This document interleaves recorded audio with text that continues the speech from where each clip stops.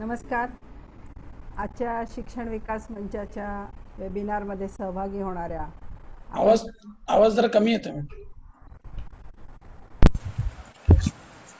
नमस्कार. आता ठीक आहे आवाज? हॅलो. येतोय आवाज येतोय मॅडम. व्यवस्थित आहे मॅडम. हां. आजच्या शिक्षण विकास मंचाच्या वेबिनारमध्ये सहभागी होणाऱ्या सर्व शिक्षणप्रेमी मंडळींचं मनापासून स्वागत. यशवंतराव चव्हाण प्रतिष्ठानच्या शिक्षण विकास मंच हे खुलं जे व्यासपीठ आहे ते विशेष करून शालेय शिक्षणाशी संबंधित आहे आणि या शिक्षण विकास मंचाच्या व्यासपीठावरून वेळोवेळी शैक्षणिक बाबींवरती चर्चा होतात, परिषदा होतात, त्या विषयांवरील पुस्तकं आपण प्रकाशित करत असतो, उत्कृष्ट ग्रंथांना पुरस्कार देत असतो. अशा प्रकारचं एक खुलं व्यासपीठ जवळजवळ 2008 पासून ते आता 2020पर्यंत गेले 12 वर्ष सातत्याने सुरू आहे. आपल्याला सगळ्यांना माहितीच आहे की आज या शिक्षण विकास मंचाचे जवळजवळ 6 व्हॉट्सअप ग्रुप आहेत आणि याशिवाय फेसबुक ग्रुप आहे. या सगळ्यांची मिळून 9,500 सदस्य संख्या आज मितीला या ठिकाणी आहे. ही एक आम्हाला अभिमानाची बाब वाटते आणि या 9,500चे 10,000 लवकरच होतील अशी आम्ही अपेक्षा बाळगतो. या करोना काळामध्ये जवळजवळ गेल्या मार्चपासून शालेय शिक्षण एक प्रकारे ठप्प झालेलं आहे. ऑनलाईन शिक्षण जरी शाळांतनं सुरू असलं तरी बाकीचे सगळेच गोष्टी थांबलेल्या आहेत. पण शिक्षण विकास मंच थांबलेला नाही. शिक्षण विकास मंचाच्या व्हॉट्सअप ग्रुपवर अव्याहत शैक्षणिक बाबींवरती चर्चा सुरू असतात. आम्ही 8 जूनपासून वेबिनार सुरू केले आणि हे सगळे वेबिनार वेगवेगळ्या विषयांशी आणि आताच्या सद्यस्थितीला जे संदर्भ म्हणून महत्त्वाचे आहेत अशा विषयांच्या आम्ही चर्चा या वेबिनारमध्ये केल्या.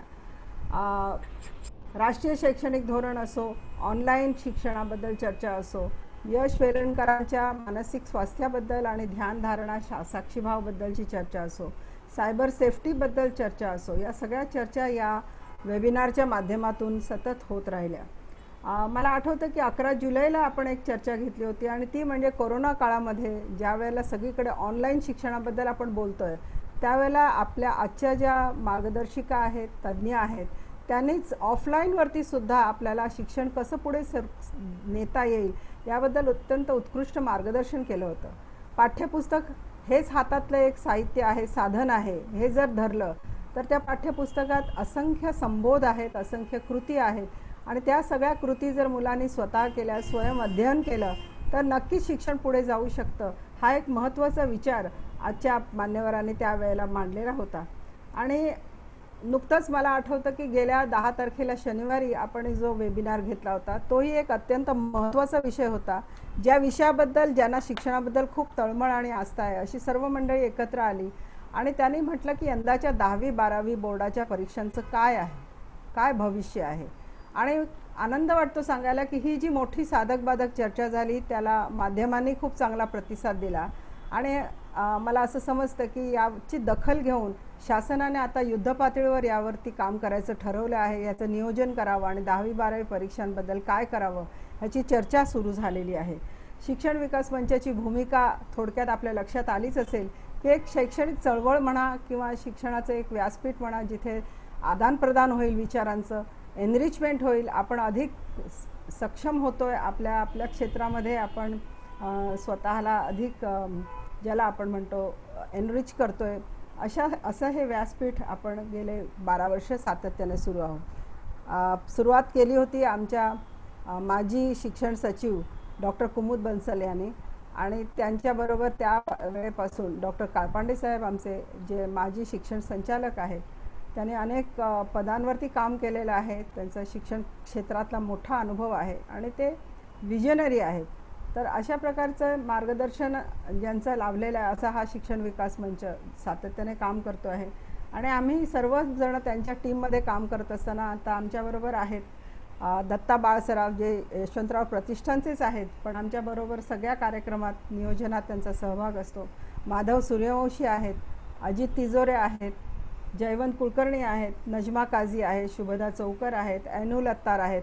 ही छोटीशी टीम आहे आणि टीम मिळून आम्ही विचारविनिमय करतो आणि कार्यक्रम आखत असतो आणि आम्हाला आनंद वाटतो की हे सगळं करत असताना त्याचा एक प्रभाव आजच्या संपूर्ण शैक्षणिक कामकाजावर दिसून येतो आहे.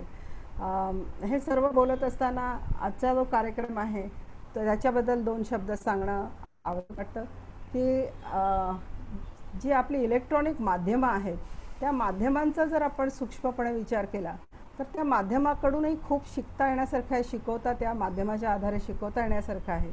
आणि ही एक नवीन कल्पना आणि नवीन विचार आजच्या व्याख्यात्या, आजच्या मार्गदर्शिका या आपल्या पुढे ठेवणार आहेत.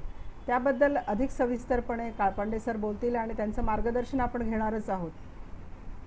त्यापूर्वी एक छोटंसं मला सांगायचं होतं की आपल्या या संपूर्ण समूहातील एक चांगलं व्यक्तिमत्व आपण आज गमावलं आहे आणि सोमवारी 12 तारखेला आपल्या समूहातील एक अभ्यासू व्यक्तिमत्व जे अतिशय प्रसन्न व्यक्तिमत्व होतं, श्री चंद्रकांत मरगज सर हे या करोनाच्या आजाराने त्यांचं निधन झालेलं आहे. मला असं वाटतं की त्यांची उणीव भरून काढणं शक्य नाही. असंख्य पुस्तकं त्यांनी, मुलांना मदत होईल अशी पुस्तकं त्यांनी लिहिली. अभ्यासू होते, चिकित्सक होते, बारकाईने प्रत्येक गोष्टीचं ते सूक्ष्मपणे विवेचन करत. तर आपण आजचा कार्यक्रम सुरू करण्यापूर्वी आणि काळपांडे सरांनी पुढच्या कार्यक्रमाची सूत्र हाती घेण्यापूर्वी मी सर्वांना विनंती करते की आपण एक क्षणभर थांबून त्यांच्या स्मृतीला वंदन करूया, श्रद्धांजली वाहूया आणि पुढचा कार्यक्रम सुरू करूया. श्री चंद्रकांत मरगज सर.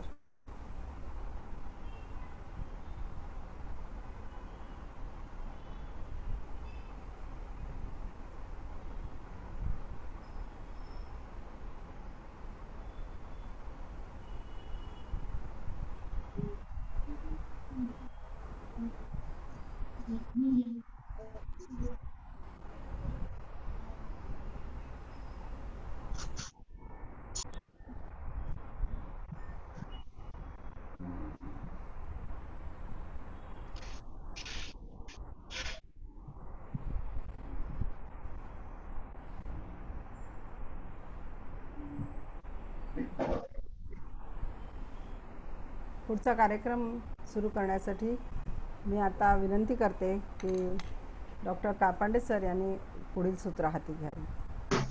धन्यवाद. नमस्कार. आजच्या वेबिनारचा विषय आहे तो इलेक्ट्रॉनिक मीडिया कम्युनिकेशनचा भाषा अध्यापनामध्ये वापर कसा करायचा याच्याबद्दलची एक नवीन दृष्टिकोनातून मांडणी. आपण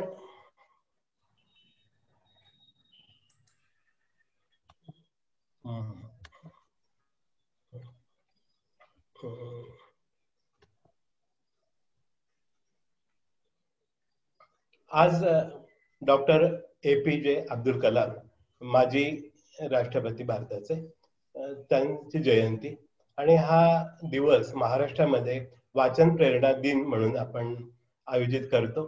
आज बरेच कार्यक्रम सुरू आहेत आणि शालेय शिक्षण मंत्र्यांनी सुद्धा एक मोठा कार्यक्रम घेतलेला आहे आणि आपण त्याच या जयंतीचं निमित्त साधून आणि वाचन प्रेरणा दिनाचं निमित्त साधून आजचा कार्यक्रम आयोजित करत आहोत. वाचन म्हटलं की आपल्या पुढे छापील पुस्तकं, गोष्टी, कादंबऱ्या वगैरे असं साहित्य येतं. पण आता खूप मोठ्या प्रमाणामध्ये मोठी माणसं सुद्धा किंडलवर वाचतात, कॉम्प्युटरवर वाचतात आणि आपलं खूप मोठं प्रमाणात जे वाचन आहे ते कुठे होत आहे? व्हॉट्सअपवर होत आहे, ब्लॉगवर होत आहे. वाचन आणि लिहिणं ते ब्लॉग, व्हॉट्सअप याच्यावर सुरूच असतं. ईमेल आपण करत असतो, फेसबुकवर लिहित असतो, फेसबुकवर वाचत असतो. एक सर्वांना विनंती आहे की बाजूचे आवाज येतात तर आपापले स्वतःला म्यूट करून घ्या. माईक म्यूट केला तर मग डिस्टर्बन्स होणार नाही. आणि ह्याच्याबद्दल बरीच टीका पण होत असते की किती वाईट प्रकार आहेत, किती वेळ वाया जातो. पण त्याच वेळेला ह्या गोष्टी आपण टाळू पण शकत नाही आणि कोणीच म्हणणार नाही की हे वाईट आहे म्हणजे आता हे टाळायलाच पाहिजे. मग अशा वेळेला खरं म्हणजे हा एक अभ्यासाचाच विषय आहे. आणि आपण जर पाहिलं तर 5 वर्षापूर्वीची परिस्थिती आणि आत्ताची परिस्थिती प्रचंड फरक पडलेला आहे. आता आपल्याला लिहिणं, वाचणं, कुठलीही गोष्ट शोधणं ही खूप सोपी झालेली आहे. आणि गुगल सर्च असो किंवा ईमेल असो, व्हॉट्सअप असो, फेसबुक असो किंवा ब्लॉग लिहिणं असो. ब्लॉग सुद्धा आता खूप मोठ्या प्रमाणामध्ये अनेक जण स्वतःचे स्वतः लिहायला लागलेले आहे. आणि हा खरं म्हणजे एक वेगळ्याच अभ्यासाचा विषय होऊ शकतो. बरेच वेळा आपण पाहतो की व्हॉट्सअप वगैरेवर किंवा फेसबुकवर ऑटो करेक्शनचे जोक्स येतात. पण ऑटो करेक्शन काही आपल्याला म्हणजे जोक्स टाकावेत याच्यासाठी ऑटो करेक्शनची सुविधा दिलेली नसते. ती खरं म्हणजे आपल्या सोयीसाठी दिलेली असते. त्याच्यातून जोक्स होतात, एक करमणुकीचा भाग म्हणून नक्कीच त्याच्याकडे पाहावं, गंमतही असते त्याच्यामध्ये. पण त्याच्याच बरोबर या अनेक गोष्टी ज्या आहेत, ज्या आर्टिफिशियल लर्निंग आणि आर्टिफिशियल इंटेलिजन्स आणि मशीन लर्निंगचा वापर करून या ज्या गोष्टी उपलब्ध करून दिल्या आहेत त्याचा नक्कीच सगळ्यांना फायदा होतो आणि या क्षेत्रामध्ये प्रगती सुद्धा होते. हा एक स्वतंत्र अभ्यासाचा विषय आहे. पण एक वेगळा दृष्टिकोन आज धन्वंती हर्डीकर जो मांडणार आहे तो म्हणजे भाषेच्या अध्यापनामध्ये या गोष्टींचा कसा वापर करायचा त्याच्याबद्दल त्या बोलणार आहेत. मी त्याच्याबद्दल फारसं काही बोलणार नाही कारण त्याच्याबद्दल त्या सविस्तर सांगणारच आहेत. धन्वंती हर्डीकर आपल्यापैकी बहुतेकांना माहितीच आहे की त्या बालभारतीमधून विद्या सचिव म्हणून सेवानिवृत्त झाल्या. विद्या सचिव म्हणजे विद्या विभागामध्ये म्हणजे पाठ्यपुस्तकं आणि पाठ्येतर साहित्य किंवा जेवढी काही एज्युकेशनल शैक्षणिक स्वरूपाची कामं जी बालभारतीमध्ये चालतात त्याचा समन्वय, त्यांना मार्गदर्शन करणं हे त्यांच्याकडे आहे. जवळपास 35-36 वर्ष त्यांनी बालभारतीमध्ये काम केलं. सुरुवात केली ती इंग्रजीच्या विशेषाधिकारी म्हणून आणि इंग्रजी माध्यमाची पुस्तकं असो की बिगर इंग्रजी माध्यमाचे मराठी माध्यमाची असो ही सर्व पुस्तकं त्यांनीच तयार केलेली आहेत. आणि ही तयार करताना दरवेळेला वेगळी दृष्टी ठेवून त्याच्यात बदलही करत गेल्या आहेत. त्या 1993 मध्ये स्ट्रक्चरल अप्रोच पासून बदल करून कॉन्व्हर्सेशनल स्किल्सवर आधारलेली पुस्तकं बनवली आणि ती इतकी छान होती की त्याच्यावर बालचित्रवाणींनी काही ऑडिओ कॅसेट्स तयार केल्या होत्या आणि कुठलीही विक्रीची व्यवस्था नसताना मोठ्या प्रमाणात त्याचा खप झाला. आणि तीच त्याचाच फायदा घेत पुढे स्मार्ट पीटी मध्ये मोठ्या प्रमाणावर ऑडिओ कॅसेट्स आणि व्हिडिओ कॅसेट या शिक्षकांच्या प्रशिक्षणासाठी उपलब्ध करून दिल्या.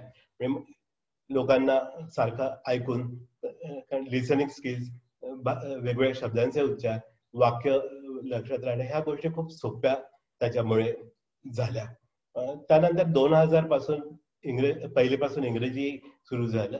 प्राध्यापक रामकृष्ण मोरे शिक्षण मंत्री असताना त्यांनी ही योजना लागू केली. पण त्याच्या वर्षभर अगोदर पासूनच अशा प्रकारचं काम करायचं हे त्याच्या नजरेसमोर होतं आणि त्या दृष्टीने इंग्रजीची पाठ्यपुस्तकं कशी असावी, सध्याचा जो अप्रोच आहे तो कसा बदलायचा आणि खूप मोठ्या प्रमाणामध्ये एक परिवर्तन आपल्याला दिसत आहे. पूर्वी स्पेलिंग पाठ करणं, त्याच्यानंतर व्याकरणावर अवाजवी भर देणं, चुका झाल्या की म्हणजे फक्त चुकांकडेच लक्ष देणं, अशा गोष्टींवर भर दिला जायचा.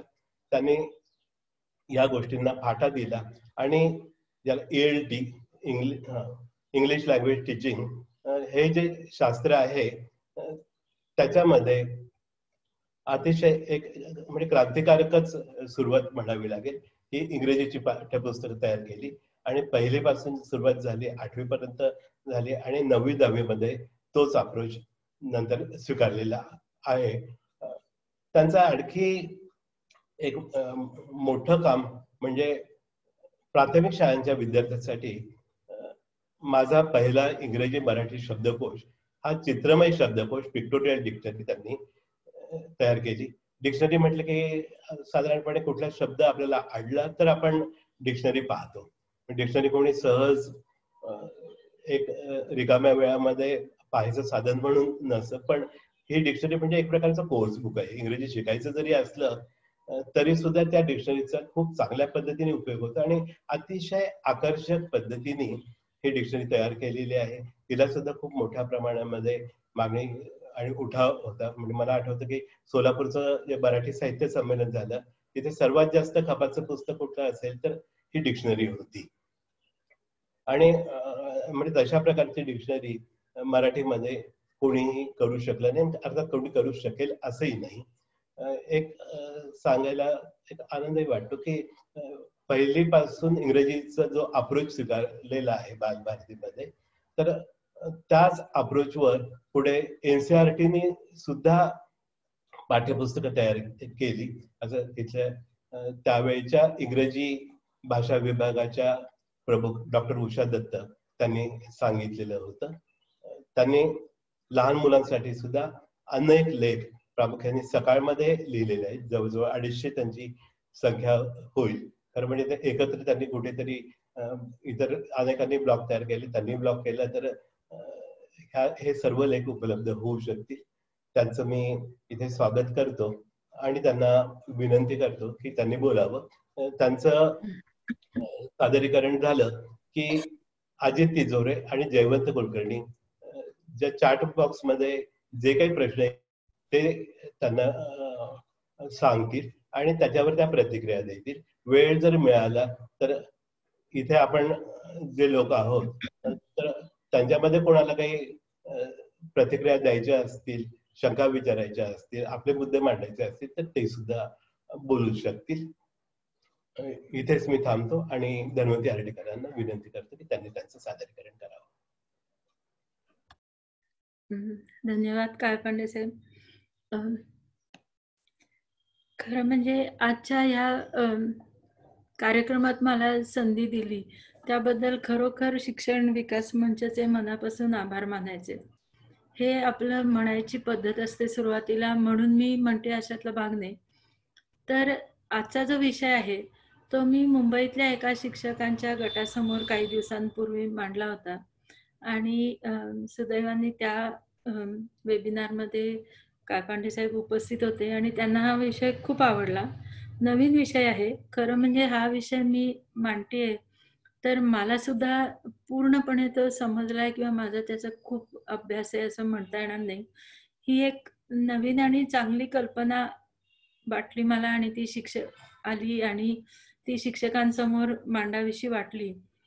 पण काळपांडे साहेबांना ती खूपच महत्वाची वाटली आणि त्यांनी पुन्हा एकदा सगळ्यांसाठी मला या विषयावर बोलण्यासाठी इथे संधी दिली, म्हणून खरोखर पहिल्यांदा त्यांचे आभार मानते.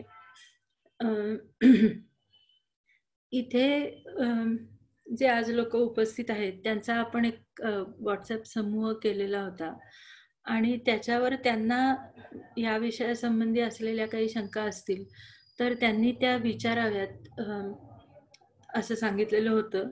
आणि त्यांनी विचारलेले प्रश्न पाहिल्यानंतर मला असं वाटलं की या विषयासंबंधीच थोडासा म्हणजे माझ्या मनात जो विषय आहे आणि हा विषय ऐकायला उपस्थित असलेले आज जे लोक आहेत त्यांच्यामध्ये या विषयाबद्दलच परसेप्शन थोडं वेगळं आहे. त्यामुळे मी सुरुवातीलाच स्पष्ट करते की कदाचित ज्या विषयावर मी बोलणार आहे असं तुम्हाला वाटतंय तसा तो नाहीये, थोडासा अपेक्षाभंग होईल. कदाचित काही प्रश्नांची उत्तरं तिथे आपोआप मिळतील आणि समजा त्यातूनही काही प्रश्न शिल्लक राहिले तर आपण नंतरच्या प्रश्नोत्तरांच्या सेशनमध्ये त्याच्यावर विचार करू शकतो. पण कोणत्या गोष्टीबद्दल मी बोलणार नाहीये हे प्रथम सांगते. ते म्हणजे आता जे ऑनलाईन एज्युकेशन चालू आहे ते ऑनलाईन एज्युकेशन कशा पद्धतीने द्यावं या विषयावर मी बोलणार नाहीये. तोही माझ्या आवडीचा विषय आहे, त्याच्याबद्दल मी लिहिलंय इतर ठिकाणी, पण आजचा तो आपला विषय नाही. 10वी-12वीच्या परीक्षा ऑनलाईन कशा पद्धतीने घ्यायच्या, तो पण माझा आजचा विषय नाही. किंवा सायबर सेफ्टी म्हणजे ह्या अ, माध्यमातला विद्यार्थी जेव्हा हाताळतात, तेव्हा ते वेगवेगळ्या प्रकारच्या रिस्कला सामोरे जात असतात.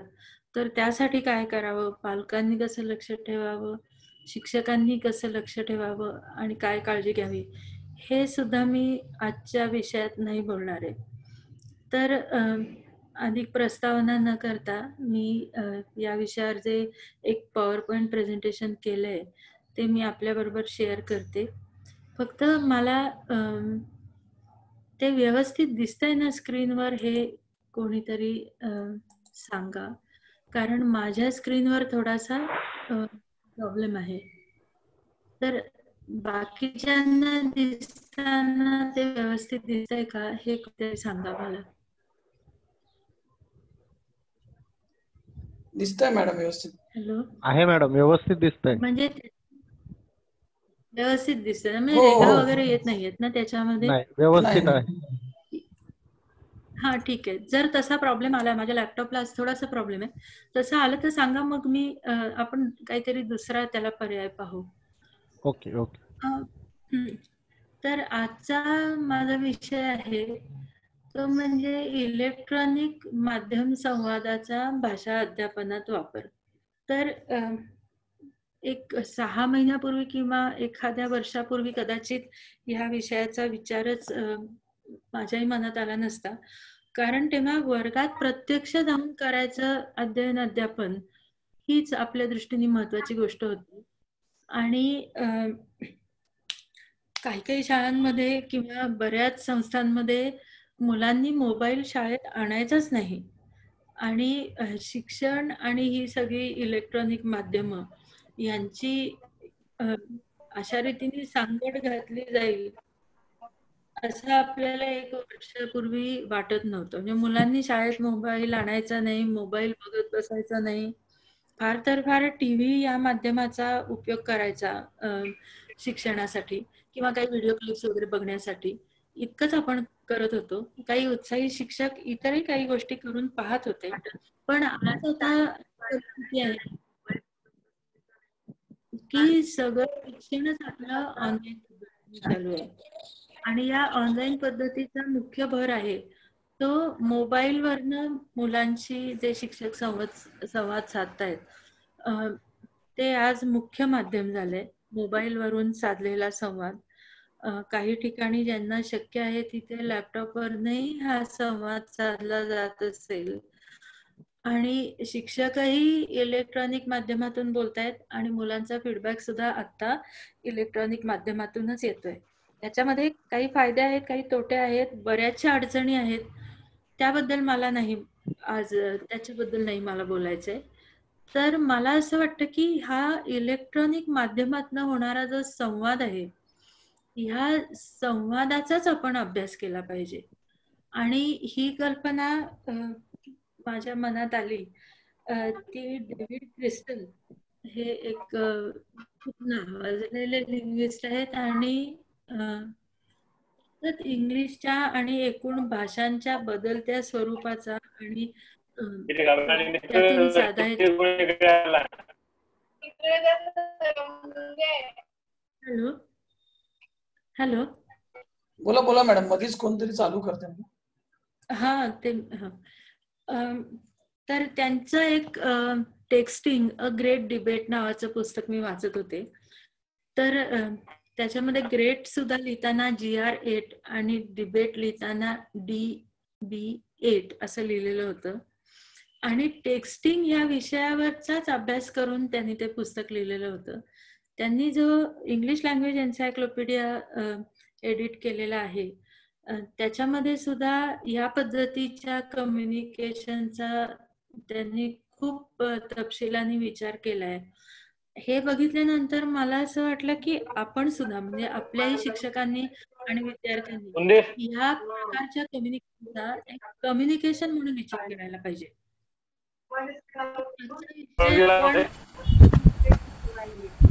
मला वाटतं सगळ्यांनी म्यूट केलं तर बरं होईल ना. मी म्यूट केलंय, परत कोण कोण चालू करतायत, मी म्यूट करतोय मॅडम त्यांना. बर बर, कारण मध्येच ते बोलायला लागले की ते मला काहीतरी सांगतायत की परस्पर बोलतायत हे लक्षात येत नाही. तर हे electronic media communication in the classroom असं म्हटल्यानंतर असं वाटतं की वर्गात भाषेचं अध्यापन कसं करायचं इलेक्ट्रॉनिक माध्यम वापरून याच्याविषयी आपण बोलतोय. तर तसं नाहीये, तर ह्या कम्युनिकेशनचाच आपल्याला अभ्यास करायचा आहे. आणि हे कम्युनिकेशन आपल्याला समजून घेतल्यानंतर टीचिंग लर्निंग रिसोर्स म्हणून सुद्धा त्याचा वापर करता येईल का, हा आजचा आपला विषय आहे. म्हणजे ह्या पद्धतीच्या कम्युनिकेशन मध्ये आपल्याला काही स्वाध्याय, चाचण्या, उपक्रम आपल्याला तयार करता येतील का, आणि त्या प्रकारच्या कम्युनिकेशन मधनं मुलांची भाषेची जाणीव किंवा समज आपल्याला आणखीन चांगली प्रगल्भ करता येईल का, वाढवता येईल का, हा आपल्याला विचार करायचा आहे. त्याची सुरुवात करण्यापूर्वी आपण त्याची फीचर्स समजून घेणार आहोत. हा EMC काय प्रकार आहे असा प्रश्न पडणं अगदी साहजिक आहे. तर EMC बद्दल अधिक काय एक्सप्लेनेशन नेटवर मिळते, म्हणून मी अर्थातच आजकालच्या पद्धतीप्रमाणे पहिल्यांदा इंटरनेटवर पाहिलं. EMC डेव्हिड क्रिस्टल यांनी या पद्धतीच्या कम्युनिकेशनला EMC असं म्हटलंय की इलेक्ट्रॉनिकली मेडिएटेड कम्युनिकेशन. पण तो क्रिस्टल यांनी त्या शब्दाला किंवा त्या शॉर्ट फॉर्मला दिलेला अर्थ आहे. नेटवर तुम्ही गेलात तर सुरुवातीला electromagnetic compatibility, equipment manufacturers code, embedded motion control असे EMC ह्या ॲब्रिव्हिएशनचे पुष्कळ अर्थ आपल्याला दिसतील. आणि एक अर्थ इवन मोर कन्फ्युज्ड असा पण आहे. तर आत्ताची आपली परिस्थिती आहे ती खरं म्हणजे कन्फ्युज्ड या शब्दाने वर्णन करण्यासारखी आहे, पण त्यातनं बाहेर पडण्यासाठी आपल्याला काय करता येईल याचा आपण थोडासा विचार करणार आहोत. तर सर्वात पहिल्यांदा हे इलेक्ट्रॉनिकली किंवा डिजिटली साधलेलं कम्युनिकेशन म्हणजे काय प्रकार आहे हे समजून घेऊ. त्यालाच दुसरी नावं नेटस्पीक, नेटलिश, वेबलिश अशी पण दिलेली आपल्याला सापडतील. नेटस्पीक हे डेव्हिड क्रिस्टल यांनी दिलेलं नाव आहे. तर काय आहे हे कम्युनिकेशन? नेहमीच्या भाषेपेक्षा याच्यात वेगळेपणा काय आहे आणि त्याचा आपल्याला कसा उपयोग?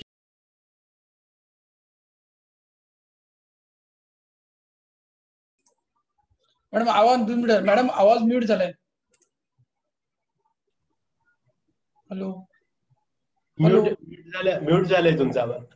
हॅलो हॅलो आवाज बंद केला.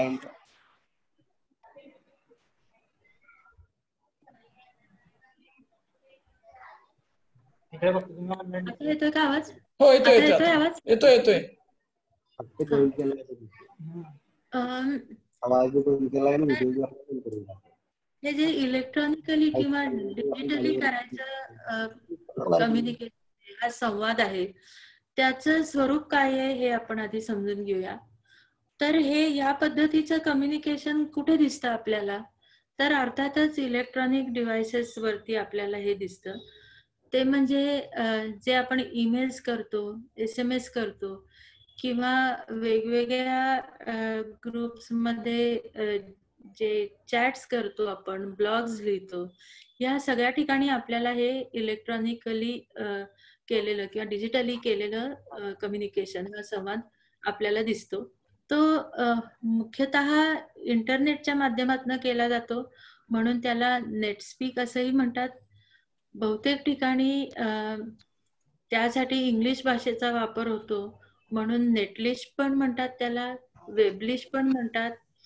तर ह्या ज्या वेगवेगळ्या एकाच अर्थाच्या टर्म्स आहेत, हे जे वेगवेगळे शब्द वापरले जात आहेत, हे सुद्धा या इलेक्ट्रॉनिक कम्युनिकेशनचा एक फीचरच आहे म्हणायला लागेल, की हे खूप नवीन आहे आणि अजून सुद्धा त्याच्यामध्ये पुष्कळ स्पॉन्टॅनिटी टिकून आहे, उत्साहाने या पद्धतीचं कम्युनिकेशन होतंय, खूप मोठ्या प्रमाणावर होतंय.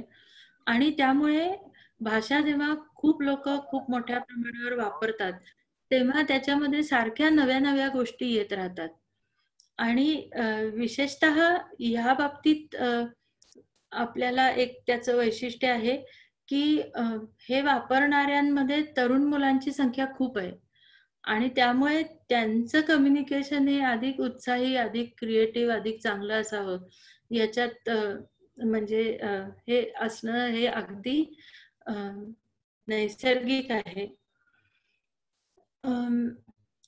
हे फक्त इंग्लिश भाषा येणाऱ्यांनी किंवा नेटिव्ह स्पीकर्सनी एकमेकांशी केलेलं कम्युनिकेशन आहे असं नाही, तर इंटरनेटवर हे होत असल्यामुळे त्याचं या संवादाचं स्वरूप वैश्विक किंवा जागतिक ह्या प्रकारचं आहे. म्हणजे जगातल्या कुठल्याही देशातला माणूस कुठल्याही इतर माणसाशी बोलताना हे या पद्धतीचं कम्युनिकेशन वापरू शकतोय आणि त्यामुळे सुद्धा त्याचे काही विशेष त्याची वैशिष्ट्ये काही तयार झालेली आहेत. जेव्हा दोन उत्तम मराठी येणारी माणसं एकमेकांशी बोलतात तेव्हा ती एका ठराविक प्रकारची भाषा वापरतात. पण एक उत्तम मराठी येणारा माणूस आहे आणि दुसऱ्या माणसाला तेवढं चांगलं मराठी येत नाही, तर अशा वेळी त्यांच्या संवादाचं स्वरूप थोडंसं बदलतं. तर इथे फक्त बोलणारे म्हणजे कम्युनिकेट करणाऱ्या लोकांचा भाषेतला कॉम्पिटन्स एवढी एकच गोष्ट वेगळी नाहीये, तर त्याचं माध्यम सुद्धा वेगळं आहे. कशा प्रकारे वेगळं आहे? सर्वसाधारणपणे आपण संवादात भाषिक संवादाची दोन माध्यमं समजतो, एक तर लेखन किंवा बोलणं. म्हणजे लिहिणं वाचणं हा एक भाग झाला आणि बोलणं ऐकणं हा दुसरा भाग झाला. तर ह्या दोन प्रकारे आपण भाषिक संवाद साधत असतो. हे जे इलेक्ट्रॉनिकली मेडिएटेड कम्युनिकेशन आहे, हा जो संवाद आहे इथला, तो थोडासा नेहमीच्या लेखनासारखा आहे, नेहमीच्या बोलण्यासारखा आहे, पण थोडासा वेगळा पण आहे. तर आता लिखाणाचा आधी विचार करू, कारण हे आपण मुख्यतः टाईप करूनच करतो. तर नेहमीच्या लेखनात आणि याच्यात साम्य काय आहे, तर नेहमी लिहिताना आपण काहीतरी कागद, पेन, पेन्सिल अशी साधनं वापरतो. त्या साधनांच्या मदतीने आपण काही चिन्ह तयार करतो.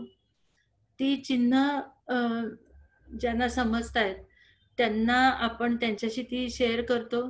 त्यालाच आपण लेखन म्हणतो. तर हे आपण लेखन करतो आणि ज्याच्याशी आपण संवाद साधतोय तो लेखन वाचतो. हीच गोष्ट इथे सुद्धा होतीये. म्हणजे आपण पेपर पेन्सिल वापरणार नाही कदाचित, पण आपण कीबोर्ड वापरू किंवा माऊस वापरू किंवा हल्ली स्टायलस, हल्ली म्हणजे बरेच दिवस झाले त्याला, की डिजिटल पेन्स किंवा स्टायलस वापरून स्क्रीनवर आपण प्रत्यक्षात लिहितो तसं लिहू सुद्धा. आणि या सगळ्या माध्यमातून आपण नेहमीची जी इंग्लिश साठी वापरली जाणारी चिन्ह आहेत, इंग्रजी भाषा लिहिण्यासाठी वापरलेली चिन्ह आहेत, त्यांचा वापर आपण इथेही करतोय. पण इथे काही गोष्टी वेगळ्या सुद्धा आहेत. आपण नेहमी जेव्हा लिहितो तेव्हा ते लिहून झाल्यावरती आपल्याला म्हणजे जेव्हा आपण कागदावर लिहित होतो तेव्हा ते कागदावरचं खोडणं इतकं काही सोपं नव्हतं. म्हणजे खोडून परत लिहिणं हे इतकं काही सोपं नव्हतं. पण आता या डिजिटल कम्युनिकेशन मध्ये काहीच म्हणजे त्याच्यात काही अडचणच राहिलेली नाही. तुम्ही कितीही लिहिलेलं असेल तरी तुम्ही ते एका फटक्यात खोडू शकता. ते तुम्हाला स्क्रीनवरनं नाहीसं करायला काही वेळच लागत नाही. म्हणजे किंवा तुम्ही जे लिहिलेलं असेल, समजा तुम्ही एक मोठासा निबंध लिहिताय, तर तो लिहित असताना तुम्ही एक 3, 4, 5, 6 परिच्छेद लिहिले आणि नंतर तुम्हाला त्याचा सगळा क्रम बदलून टाकावा असं वाटलं, तर तो तुम्हाला कागदावर करणं फार अवघड होतं. म्हणजे कागदावर हे करण्यासाठी तुम्हाला आधी आउटलाईन करणं, मग कुठल्या परिच्छेदानंतर काय येणार आहे हे आधीच मनात ठरवून घेऊन लिहिणं आवश्यक होतं. तसं इथे राहिलेलं नाही आता. तुम्ही भराभरा तुम्हाला पाहिजे ते लिहू शकता आणि मग नंतर तुम्ही अगदी जादू वाटावी अशा पद्धतीने ते स्क्रीनवर इकडे तिकडे फिरवू शकता. म्हणजे क्रम बदलू शकता, वाक्य बदलू शकता, वाक्यातले शब्द बदलू शकता आणि इतकंच नाही तर कागद पेन्सिलवर लिहिल्यानंतर एका ठराविक आकारात आणि ठराविक प्रकारच्या वर्णाने तुम्ही अक्षर लिहिता, त्याच्यात नंतर नाही बदल करतायत. पण इथे तसा काही प्रकार नाहीये. इथे तुम्ही वाटेल तेवढा मोठा फॉन्ट घेऊ शकता, ते बोल्ड करू शकता, इटॅलिक करू शकता, त्याला अंडरलाईन देऊ शकता, रंगीत बनवू शकता, त्याला एक आर्टिस्टिक स्वरूप देऊ शकता. म्हणजे ज्याने हा प्रकार आपल्याला आता याच्यामध्ये कदाचित काही विशेष वाटेन असं झालेलं आहे, पण ज्यांना या गोष्टी नवीन आहेत त्यांना अक्षरशः याची एक काहीतरी जादू वाटावी असं हे कम्युनिकेशनचं साधन आहे. आणि हे त्याचं वैशिष्ट्य आपण लक्षात घेतलं पाहिजे, कारण मुलांना याच्या पुढे या प्रकारचंच कम्युनिकेशन करायचंय. त्यामुळे त्यांना कागदावर सुंदर अक्षर काढायला शिकवणं एवढंच आता आपलं मर्यादित उद्दिष्ट राहणार आहे का, याचा सगळ्या भाषा शिक्षकांनी विचार करायला पाहिजे. खरं म्हणजे हा विचार मी भाषा शिक्षकांपुढे मांडल्यामुळे त्याचा बराचसा विचार मी भाषेच्या अध्यापनाच्या दृष्टीने केलाय. पण मला असं वाटतं की सगळ्यांनाच या कम्युनिकेशनचं, या संवादाचं स्वरूप समजून घेणं कदाचित सगळ्यांनाच आवडेल आणि सहज आपल्या हाताशी असल्यामुळे मी ज्या गोष्टी बोलतेय त्या आपण सहज पडताळून पाहू शकता, करून पाहू शकता. तर म्हणजे नेहमीच्या लिखाणापेक्षा हे जरा वेगळं आणि खूप गोष्टी, खूप पॉसिबिलिटीज वाढवणारं असं लिखाण आहे, हा एक भाग लक्षात घेऊ. दुसरं म्हणजे हे बोलण्यासारखं पण आहे. म्हणजे एरवी लिहिण्यातला आणि बोलण्यातला मुख्य फरक म्हणजे त्यातली उत्स्फूर्तता. म्हणजे लिहिताना आपण थोडा तरी विचार करून लिहितो. अगदी म्हणजे पूर्वीच्या काळी आपण लिहायला बसल्यानंतर व्यवस्थित विचार करून लिहित होतो. आता याच्या जे इलेक्ट्रॉनिक कम्युनिकेशन आहे, डिजिटल कम्युनिकेशन आहे, त्याच्यामध्ये लिखाणातली सुद्धा उत्स्फूर्तता भरपूर वाढलेली आहे. म्हणजे तुम्हाला मनात आलं की फटाफट तुम्ही ते लिहून टाकू शकता. स्पीड वाढलेला आहे लिहिण्याचा आणि त्यामुळे सुद्धा या प्रकारच्या संवादात काही वेगळ्याच बाबी आपल्याला आलेल्या दिसतात. तर ही बोलण्यातली उत्स्फूर्तता आपल्याला इथे लिखाणात पण आलेली दिसते. इतकंच नाही तर पूर्वी तुम्ही एक वाक्य लिहिल्यानंतर माणूस जेव्हा बोलतो तेव्हा त्याच्या बोलण्याचा स्वर कसा आहे, त्याचा टोन कसा आहे, किती मोठ्याने बोलतोय, त्यावेळी चेहऱ्यावरचे हावभाव काय आहेत, याच्यावरनं आपल्याला त्या माणसाला नेमकं काय म्हणायचंय हे आपण जसं नुसत्या शब्दांवरनं समजून घेतो, तसंच या इतर बाबींवरनं पण समजून घेतो. त्याचे हातवारे, त्याच्या चेहऱ्यावरचे भाव आणि त्याचा एकूण स्वर याच्यावरनं पण आपण समजून घेतो. पूर्वी हे लिखाणात दाखवायची सवय नव्हती, पण हे जे डिजिटल कम्युनिकेशन आहे त्याच्यात आता ही सोय आलेली आहे. तुम्ही स्माइलीज वापरू शकता, तुम्ही ओरडून बोलायचंय मला, म्हणजे मी आता हे जे बोलतोय हे ओरडून बोलतोय, हे दाखवण्यासाठी तुम्ही काही काही क्लृप्त्या करू शकता. सो हे जे वेगवेगळे पूर्वीच्या लिहिण्यातले आणि बोलण्यातले फीचर्स होते, हे दोन्ही सुद्धा या आता इलेक्ट्रॉनिक कम्युनिकेशन मध्ये लोकांनी साध्य केलेले आहेत आणि त्यामुळे हे एक वेगळ्याच प्रकारचं कम्युनिकेशन आहे अशी मांडणी डेव्हिड क्रिस्टल यांनी केलेली आहे. आणि हे बदल समजून घेतले तर शिक्षकांना पण आणि विद्यार्थ्यांना पण हे हाताळणं खूप सोपं जाईल. आणि पुढचा जो भाग आहे त्याच्यामध्ये की आपण इलेक्ट्रॉनिकली कम्युनिकेट करत असतो, लिहित असतो, तेव्हा आपल्याला लिहिता लिहिता मदत करायला काही इनपुट असिस्टन्स पण मिळतो.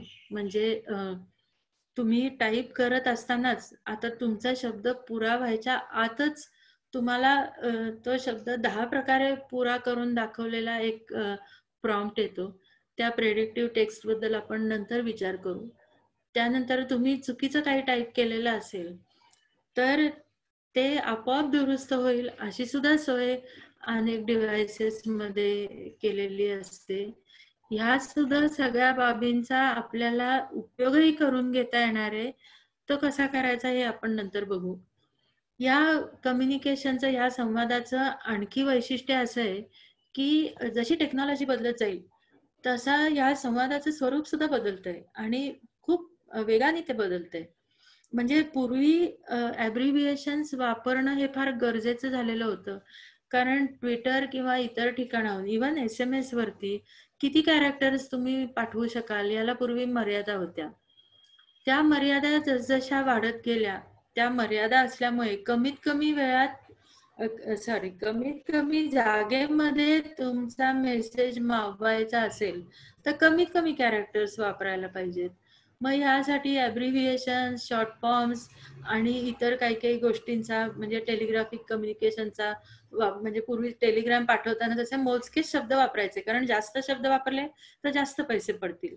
तसंच इथे होतं की जास्त शब्द वापरायला जागाच नाही, जास्त कॅरेक्टर्स वापरायला जागाच नाही असं असेल तर त्या जागेत आपला मेसेज मागवायचा यासाठी काही क्लुप्त्या वापरल्या जात होत्या.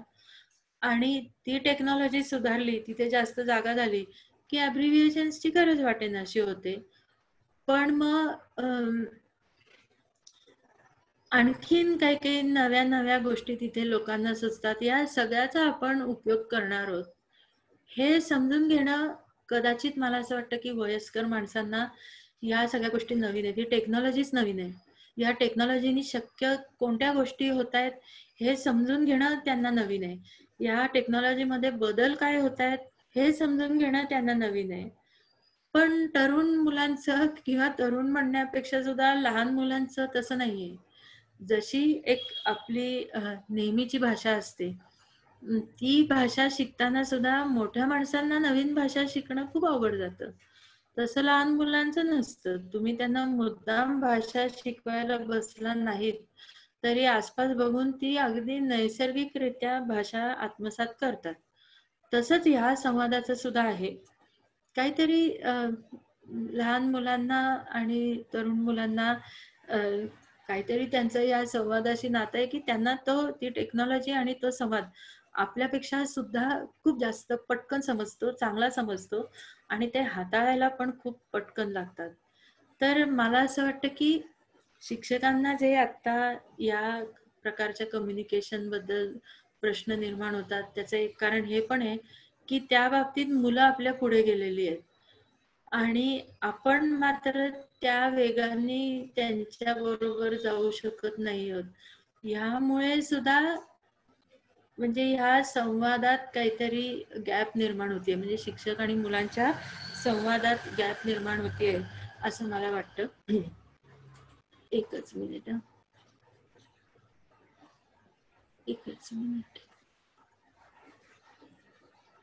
इथे मला काहीतरी एक छोटासा प्रॉब्लेम आहे. तुम्ही जरा 1 मिनिट शेअरिंग थांबून मी तो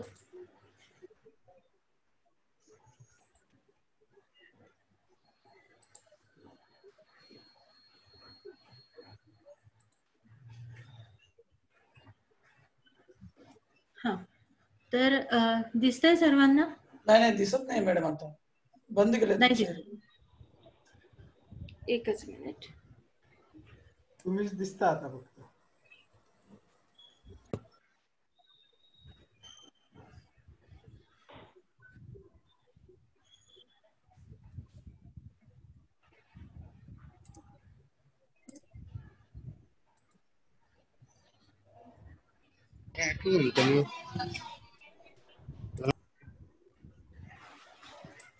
दिसतंय आता? हो दिसतंय. येतंय म्हणजे शेअरिंग होईल आता. झालंय ना शेअर आता? अजून चालू नाही झालं अजून मॅडम थांब. आला आता. दिसतंय, शेअर होतंय आता? हो दिसतंय. तर आता या इलेक्ट्रॉनिक कम्युनिकेशनचे शिक्षकांना त्रासदायक वाटणारे फीचर्स कोणते आहेत ते आपण आधी बघू.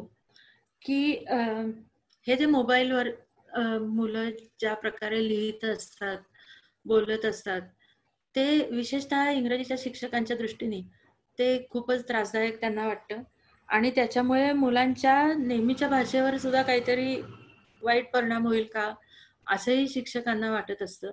याचं कारण म्हणजे शिक्षकांच्या दृष्टीने हे जे मोबाईलवरती आणि चॅट रूम्समध्ये आणि ईमेल्समध्ये मुलं ज्या प्रकारची भाषा लिहितात, एकमेकांशी बोलतात, ती सगळी नॉन फॉर्मल आहे, नॉन स्टँडर्ड आहे आणि शिक्षकांना ती न आवडण्याचं एक कारण म्हणजे त्यांना ती नॉन कन्फॉर्मिस्ट वाटते. म्हणजे चांगलं कसं लिहावं, चांगलं कसं बोलावं, भाषा आपली चांगली कशी ठेवावी, ह्याकडे शिक्षकांचं लक्ष असतं. आणि ही भाषा सगळी त्या सगळ्या गोष्टी धुडकावून लावणारी अशी काहीतरी ही भाषा आहे, नॉन कन्फॉर्मिस्ट भाषा आहे, असं शिक्षकांना वाटतं. आणि म्हणून शिक्षकांना मला वाटतं त्याचा जास्त त्रास होतो. पण दोन गोष्टी, ही मुलांची भाषा आहे, त्यांच्या जगाची भाषा आहे आणि फक्त फॉर्मल गोष्टी शिकवणं हे आता शिक्षकाचं काम नाहीये, हे आपण समजून घ्यायला पाहिजे. त्याच्याबद्दल आपण पुढे बोलू. तर ही जी भाषा न आवडणारी शिक्षकांना आणि खरं सांगायचं तर मी सुद्धा त्यांच्यापैकी एक मधनं असते असं म्हणायला हरकत नाही. कारण माझंही सगळं आयुष्य मुलांना बोलावं कसं, वाचावं कसं, लिहावं कसं याचे धडे लिहिण्यासाठीच मी इतकी वर्ष काम केलेले आहे. आणि त्या सगळ्याला धक्के बसवणाऱ्या गोष्टी मला दरवेळी आवडतात असं नाहीये. पण तरी आपण हे समजून घेतलं पाहिजे की दरवेळी फक्त फॉर्मल, औपचारिक, चांगलं असंच बोलायचं असतं असं नाही. मुलांना वेगवेगळ्या ठिकाणी वेगवेगळ्या प्रकारे संवाद साधायचा असतो आणि तो सगळ्या ठिकाणी योग्य प्रकारे साधायला शिकवणं हे पण आपलं एक काम आहे. त्यामुळे समजून घेऊया आपण त्यांना पुढे त्यांच्या जगात ते कसा संवाद साधणार आहेत. तर ह्या सगळ्या ईमेल्स आणि व्हॉट्सअप मेसेजेस आणि इतर कुठे कुठे मुलं एकमेकांशी संवाद साधत असतात, मुलं आणि मोठी माणसं सुद्धा. त्याच्यात काय वैशिष्ट्य आहेत तर एक म्हणजे ॲक्रोनिम्स किंवा शब्दाची सुरुवातीची अक्षरं एकत्र करून केलेले शब्द. SMS, ASAP म्हणजे काय, म्हणजे ASAP, LOL, BTW, NP हे बघितल्यानंतर वयस्कर माणसांना त्याचा अर्थच कळणार नाही. पण मुलांना आणि नेहमी नेट वापरणाऱ्या लोकांना माहितीये की ASAP म्हणजे as soon as possible, LOL म्हणजे laughing out loud, by the way, no problem, oh my god. हे सगळे आपल्याला नवीन वाटणारे शब्द असले तरी सुद्धा हे आजकालच्या जगात सर्रास ऍक्सेप्ट झालेले, वापरले जाणारे शब्द आहेत. त्याचा कॉन्टेक्स्ट अनौपचारिक आहे, नॉन फॉर्मल आहे असं समजलं तरी सुद्धा हे शब्द आता आपल्या अगदी घट्ट पाय रोवून आपल्या संवादांमध्ये आलेले आहेत आता. आणि त्यांचा आपण खूप तिरस्कार करायचं काही कारण नाही. आपल्याही बोलण्यामध्ये काही टेक्निकल शब्द असे असतात किंवा विशेषतः या डिजिटल कम्युनिकेशन मध्ये तर खूप टेक्निकल टर्म्स या अशा ॲक्रोनिम्सनीच बनवलेल्या आहेत. CD, आपण CD म्हणतो, CD शब्द वापरण्यामध्ये आपल्याला काही गैर वाटत नाही कॉम्पॅक्ट डिस्क पेक्षा. किंवा शॉर्ट मेसेजिंग सर्व्हिसच्या ऐवजी SMS म्हणायला आपल्याला काही गैर वाटत नाही. तर मग आपल्याला हे BTW, NP, OMG हे गैर समजायचं कारण नाही. हे कुठे वापरा आणि कुठे नाही याच्याबद्दल आपण मुलांशी बोलू शकतो, पण ते काहीतरी चुकीचं आहे आणि गैर आहे असं काही समजायचं कारण नाही. आणखीन एक याचं वैशिष्ट्य म्हणजे फक्त सुरुवातीची अक्षरं गोळा करून केलेले शब्द हा एक प्रकार झाला. दुसरा प्रकार शॉर्ट फॉर्म्स बनवायचा ते म्हणजे शब्दातली सगळी वॉवेल्स जी असतात म्हणजे AEIOU आणि ऍट टाइम्स Y ती गाळून टाकायची आणि फक्त कॉन्सोनंट्स ठेवायची. याच्याबद्दल पुन्हा डेव्हिड क्रिस्टल यांचंच एक खूप छान ऑब्झर्वेशन आहे की इंग्रजी शब्दांमधला म्हणजे त्या शब्दाचा जो अर्थ आपल्याला समजतो किंवा तो शब्द काय आहे हे आपल्याला समजतं, हे खरं म्हणजे आपल्याला कॉन्सोनंट्स मधनं समजतं, वॉवेल्स मधनं नाही. एक सहज आपण त्याच्यासाठी उदाहरण घेऊन बघू. इथे MSG असं लिहिलंय, त्याच्यावरनं साधारण अंदाज आला की हे अब्रिव्हिएशन कशा पद्धतीने होतं याचा साधारण अंदाज आला की याचा अर्थ मेसेज हे समजू शकतं. THX म्हणजे थँक्सचा शॉर्ट फॉर्म असेल हे समजू शकतं. पण यातली मेसेज मधली तुम्ही फक्त वॉवेल्स घेतलीत तर तुम्हाला म्हणजे EAE असं लिहिलं तर त्यातनं काहीच अर्थबोध होणार नाही. अर्थबोध होण्यासाठी त्यातली कॉन्सोनंट्स महत्वाची आहेत. हे कोणी न सांगता हा भाषाशास्त्रीय भाग न सांगता सुद्धा कोणीतरी ही इनोव्हेटिव्ह पद्धत शोधून काढली आहे की फक्त कॉन्सोनंट्स वापरायची.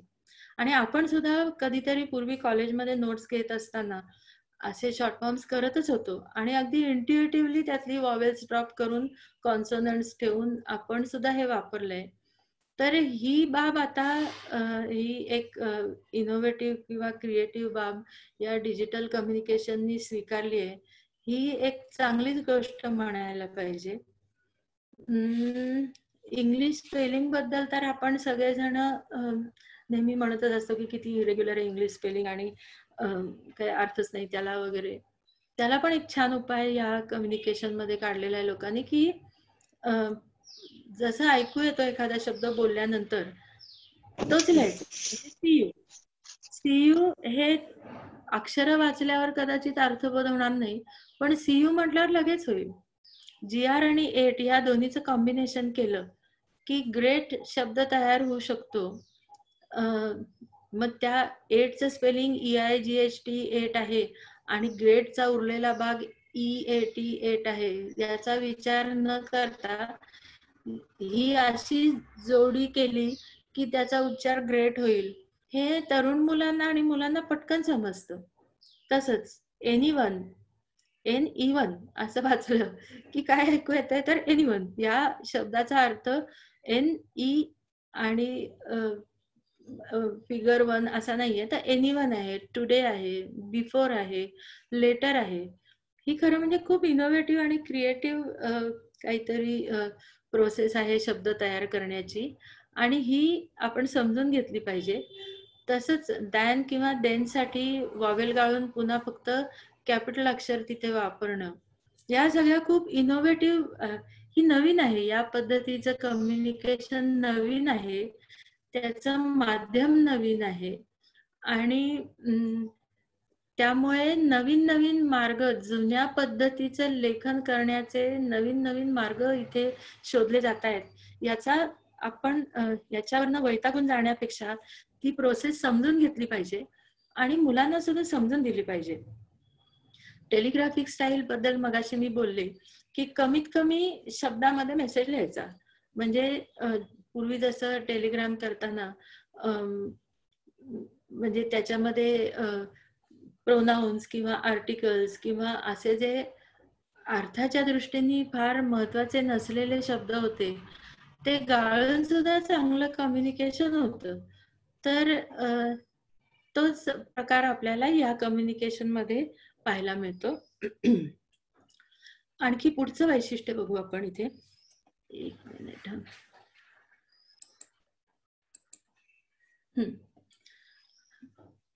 आणखी शिक्षकांना त्रासदायक वाटणारा भाग म्हणजे या प्रकारच्या संवादामध्ये किंवा लिखाणामध्ये शुद्ध लेखन किंवा विरामचिन्हांचा वापर या गोष्टीला फारसं महत्व नाहीये. म्हणजे अपॉस्ट्रॉफी गाळली तरी चालते, इतर पंक्च्युएशन मार्क्स गाळले तरी चालतात. कॅपिटलायझेशन शिकवण्यासाठी शिक्षकांना किती आटापिटा करायला लागतो इंग्लिशच्या, तो पण इथे काही त्याला महत्व नाही कारण कॅपिटल्सचा वापर इतरच गोष्टींसाठी होतोय ना. म्हणजे वाक्याच्या सुरुवातीचं अक्षर कॅपिटल लिहिण्याच्या ऐवजी वाक्य सुरू झालं हे इंडिकेट करण्यासाठी कॅपिटल्स वापरू असं काही नाही. तर सगळं वाक्याच्या वाक्य कॅपिटल मध्ये लिहून जणू काही आपण ओरडून बोलतोय असा आभास निर्माण करायचा, ही या संवादाची पद्धत आहे. त्यामुळे नेहमीचे कॅपिटलायझेशनचे नियम आपण बाजूलाच ठेवलेत.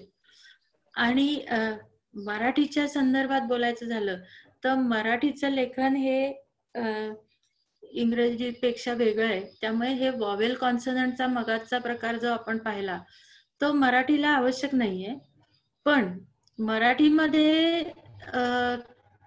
जे व्हॉट्सअप मेसेजेस किंवा इतर गोष्टी आपण पाहतो त्याच्यामध्ये एक गोष्ट लक्षात आली असेल तर ऱ्हस्व दीर्घाला फार आता महत्व राहिलेलं नाहीये. म्हणजे समजा तुम्हाला उशीर हा शब्द लिहायचा असेल तर तुम्ही USH म्हणजे अर्थात फोनेटिक टायपिंग करताना एवढं लिहिलं तर उशीर हा ऱ्हस्वशी येतो पहिल्यांदा.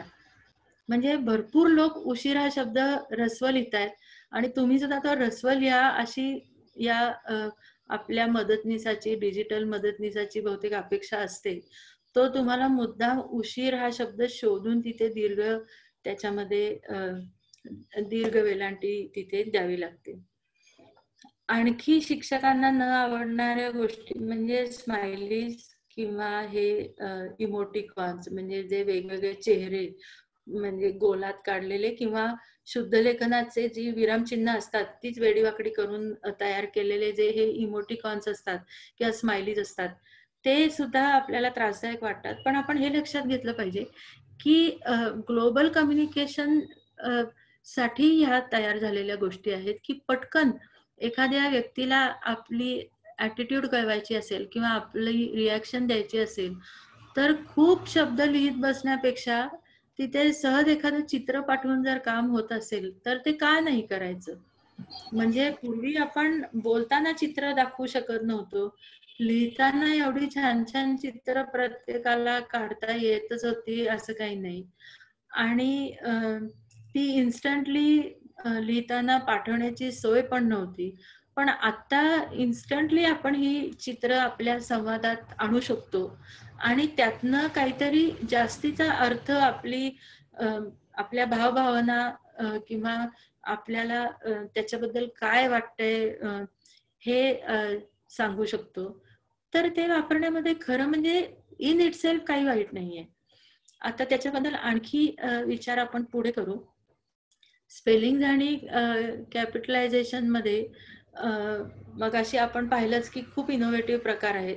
आता स्पेलिंग उदाहरणार्थ मे बी हा शब्द लिहायचा आहे आपल्याला तर मे बी हा शब्द स्टँडर्ड लँग्वेज मध्ये MAYBE एवढं तर सगळं लिहायला पाहिजे. पण ह्या पद्धतीच्या कम्युनिकेशन मध्ये लिहिणाऱ्याला समजतंय वाचणाऱ्याला समजतंय तर MA आणि फक्त B असं लिहून सुद्धा पुरणार आहे त्यांना. कारण काय ते वाचल्यावरती जो काय उच्चार होणार आहे जो काही ध्वनी होणार आहे तो मे बी असाच होणार आहे. तिथे मे म्हणजे बीचा अर्थ तिथे ब असा घ्यायचा नाहीये, बी असा घ्यायचा आहे. हे कन्व्हेन्शन ह्या जगात मान्य केलेलं आहे लोकांनी. त्यामुळे ह्या वेगळ्याच कन्व्हेन्शन्स प्रमाणे केलेली स्पेलिंग्स जी शिक्षकांना त्रासदायक वाटू शकतात ती म्हणजे या प्रकारच्या संवादाचं एक वैशिष्ट्य आहे. यातलं फॉर्मॅटिंग सुद्धा वेगळं आहे. पत्र लिहिताना मायना कसा लिहावा, सुरुवात कशी करावी, शेवट कसा करावा, त्याच्या आधी कसं लिहावं युअर्स फेथफुली अमुक तमुक आणि तो सब्जेक्ट कुठे लिहायचा, मग त्याचं फॉर्मॅटिंग कसं असावं हे शिकवण्यासाठी सुद्धा शिक्षक भरपूर वेळ खर्च करत होते. आता ती गरजच नाहीये. म्हणजे एकतर फॉर्मॅटिंग तुम्हाला करावं लागत नाही, कुठे जोडावं आणि कुठे नाही. पण तुम्हाला जर का ओळी कशा लावाव्या याच्यासाठी काही विशेष करायची इच्छा असेल तर ते तुम्हाला करून देतो कम्प्युटर. पण ह्या जगातल्या कम्युनिकेशन मध्ये सहसा कोणी dear madam, dear sir, respected madam, respected sir असं लिहिणार नाही ईमेल्स मध्ये. ती सॅल्युटेशन्स आणि क्लोजिंग यांची गरजच आता व्हॉट्सअप आणि ईमेल मध्ये राहिलेली नाही. फक्त मला असं वाटतं की वयस्कर लोक असतात किंवा जिथे रिलेशन्स मधली हायरार्की फार ठळक असते म्हणजे कोण वर कोण खाली हे खूप ठळक म्हणजे तिथे संबंध असतात तिथेच या पद्धतीचं फॉर्मल लिखाण होतं. अदरवाईज या इलेक्ट्रॉनिक जगामध्ये या जुन्या पद्धतीच्या सॅल्युटेशन्सना खूप अर्थ राहिलेला नाहीये.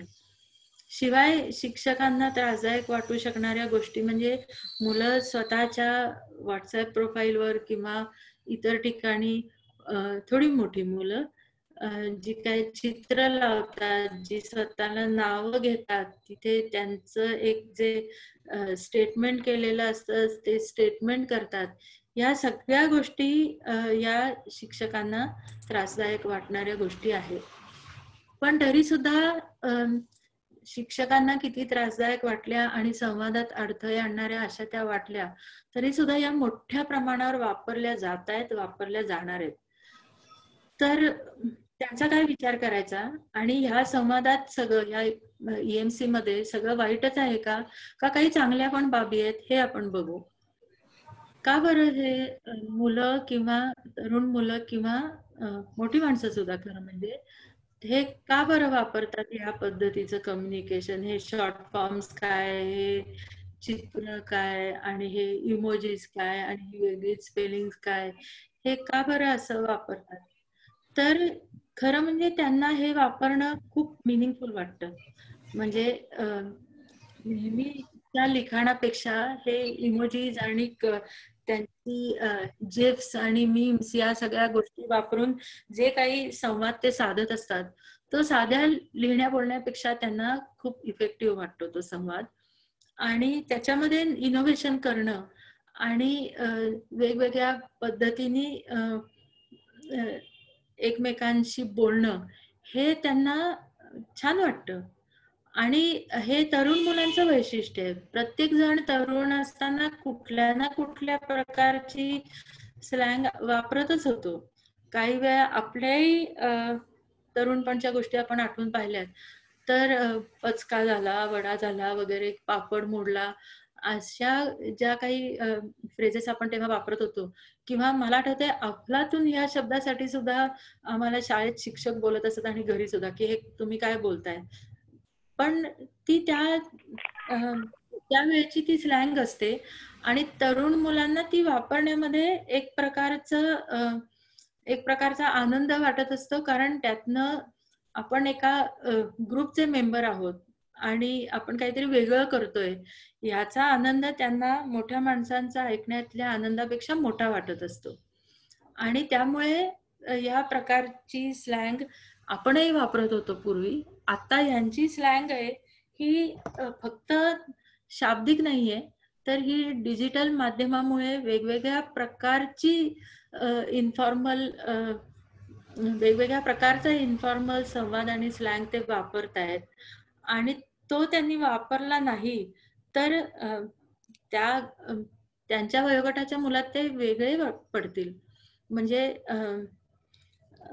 थोडी उदाहरणं बघू आपण. आपण हाय हा शब्द आपण सगळेजण वापरतो, पण एखादा तरुण व्यक्ती, एखादी माझ्या घरासमोर राहणारी मुलगी आहे, तिचा कधी मला व्हॉट्सअप मेसेज आला तरी नुसतं हाय लिहिलेलं नसतं तिथे.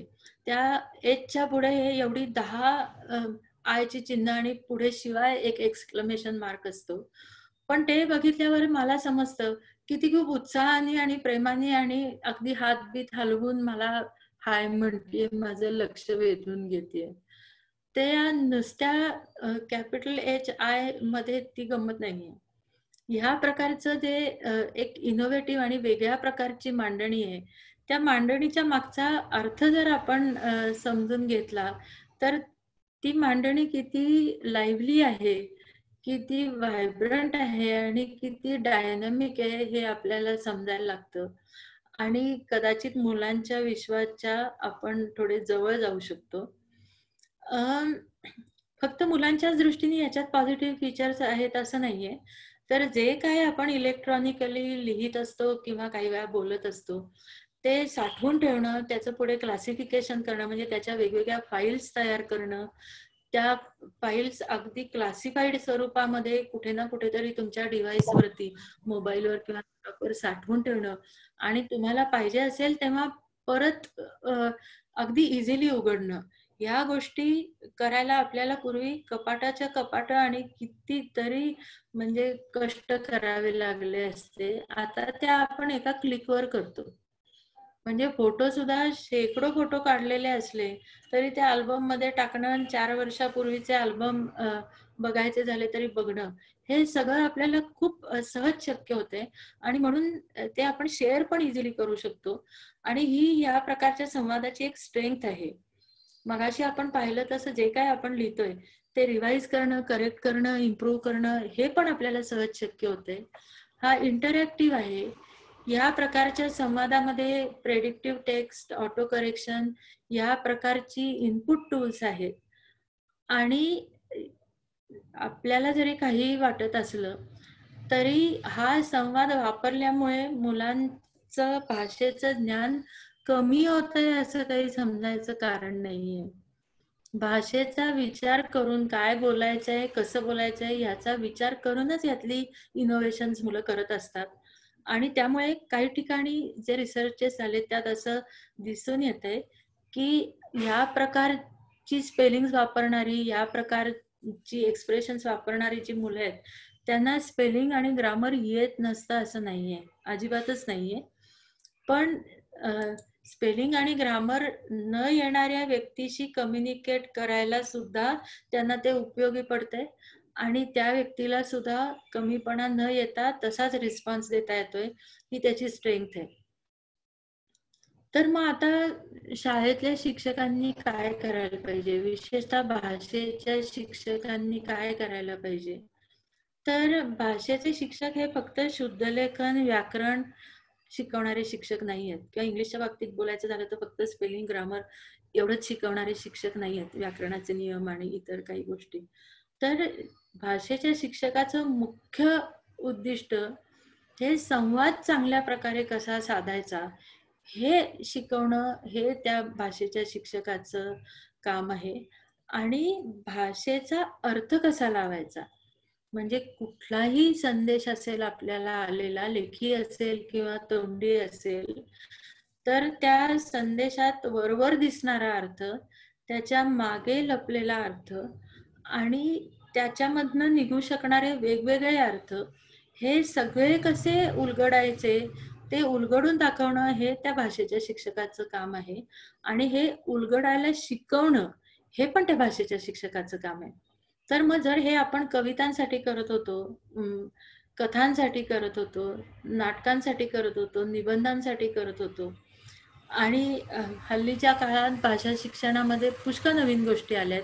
सो बातम्या, जाहिराती, नोटिसेस या गोष्टी सुद्धा आता भाषा शिक्षक शिकवत आहेत. तर इथपर्यंत आपण पुढे आलोय तर आणखी थोडं पुढे जाऊन आता हे जे डिजिटल कम्युनिकेशन आहे, हे इलेक्ट्रॉनिकली मेडिएटेड कम्युनिकेशन आहे, हे व्हॉट्सअपवरचं, ईमेलवरचं आणि फेसबुकवरचं आणि इतर ठिकाणचं हे कम्युनिकेशन काय आहे त्याचं चांगल्या प्रकारे स्वरूप समजून घेणं आणि तिथे सुद्धा चांगल्या प्रकारे अभिव्यक्त होणं, ह्या गोष्टी सुद्धा भाषेच्या शिक्षकांनी सांगायला पाहिजेत. मग त्या कशा करता येतील आपल्याला? तर आता आपण नेटस्पीकची किंवा या डिजिटल कम्युनिकेशनची काही फीचर्स पाहिली. ती फीचर्स मुलांना माहिती आहेत, कदाचित आपल्यापेक्षा चांगली माहिती आहेत, पण ती थोडीशी त्यांना उलगडून दाखवणं, म्हणजे त्यांनी केलेले शॉर्ट फॉर्म्स हे कसे तयार होत आहेत हे त्यांना समजावून सांगणं आणि त्या पद्धतीने आणखी पुढे जायला त्यांना एनकरेज करणं आणि हे शॉर्ट फॉर्म्स ह्या प्रकारची उत्साही चित्र आणि मीम्स आणि वेगवेगळी इनोव्हेटिव्ह स्पेलिंग ही नेमकी कुठे वापरणं योग्य आहे, कोणकोणत्या ठिकाणी वापरणं योग्य आहे या डिजिटल जगात सुद्धा आणि कुठे वापरणं योग्य नाही हे शिक्षकांनी समजून सांगायला पाहिजे. आणि खरं सांगायचं तर तुम्ही तुमच्या मुलांशी बोलून पहा, त्यांना ही उपजत समज आहे, हे कुठे वापरायचं कुठे नाही हे त्यांना समजत नाही असं नाहीये. एखाद्या ठिकाणी चुकीचं स्पेलिंग सरावाने वापरलं असेल तर त्याच्यावरनं नाराज होऊ नका त्यांच्यावर, तर ते स्पेलिंग कसं तयार झालं या EMC मध्ये आणि खरं काय आहे हे पुन्हा पुन्हा उलगडून दाखवा, त्याविषयी त्यांना आणखी काम करायला द्या, ते आपण थोड्या वेळाने बघू आणि सगळीकडे ह्या गोष्टींचा चांगला वापर करायला त्यांना शिकवा. त्यामुळे दोन भाग झाले शिक्षकाच्या कामाचे, की हे नेटस्पीक काय आहे, ते कुठे वापरायचं, कुठे वापरायचं नाही आणि प्रभावी रीतीने कसं वापरायचं हे सुद्धा शिक्षकांनी शिकवायचं त्यांना. आणि त्याच्याच बरोबर आणखी एक गोष्ट आपल्याला करता येईल, की हे जे एक वेगळ्याच प्रकारचं नवीन कम्युनिकेशन मुलांच्या हातात पडलेलं आहे, त्या रिसोर्सचा आपण इंग्लिश शिकवण्यासाठी किंवा कुठलीही भाषा शिकण्यासाठी आणि शिकवण्यासाठी उपयोग करू शकतोय का, याचा पण विचार करू. आणि तो विचार करायला लागल्यानंतर मला असं वाटलं की हा फार प्रचंड मोठा रिसोर्स आहे. आता सगळ्या मुलांच्या हातात मोबाईल आहे आणि त्या मोबाईलवर मुलं खेळत बसतात सारखी. ही पालकांची आणि शिक्षकांची तक्रारच आहे एक प्रकारे. तर ह्या खेळण्यातच त्यांना गमत वाटेल असे काही स्वाध्याय आपण देऊ शकतो का?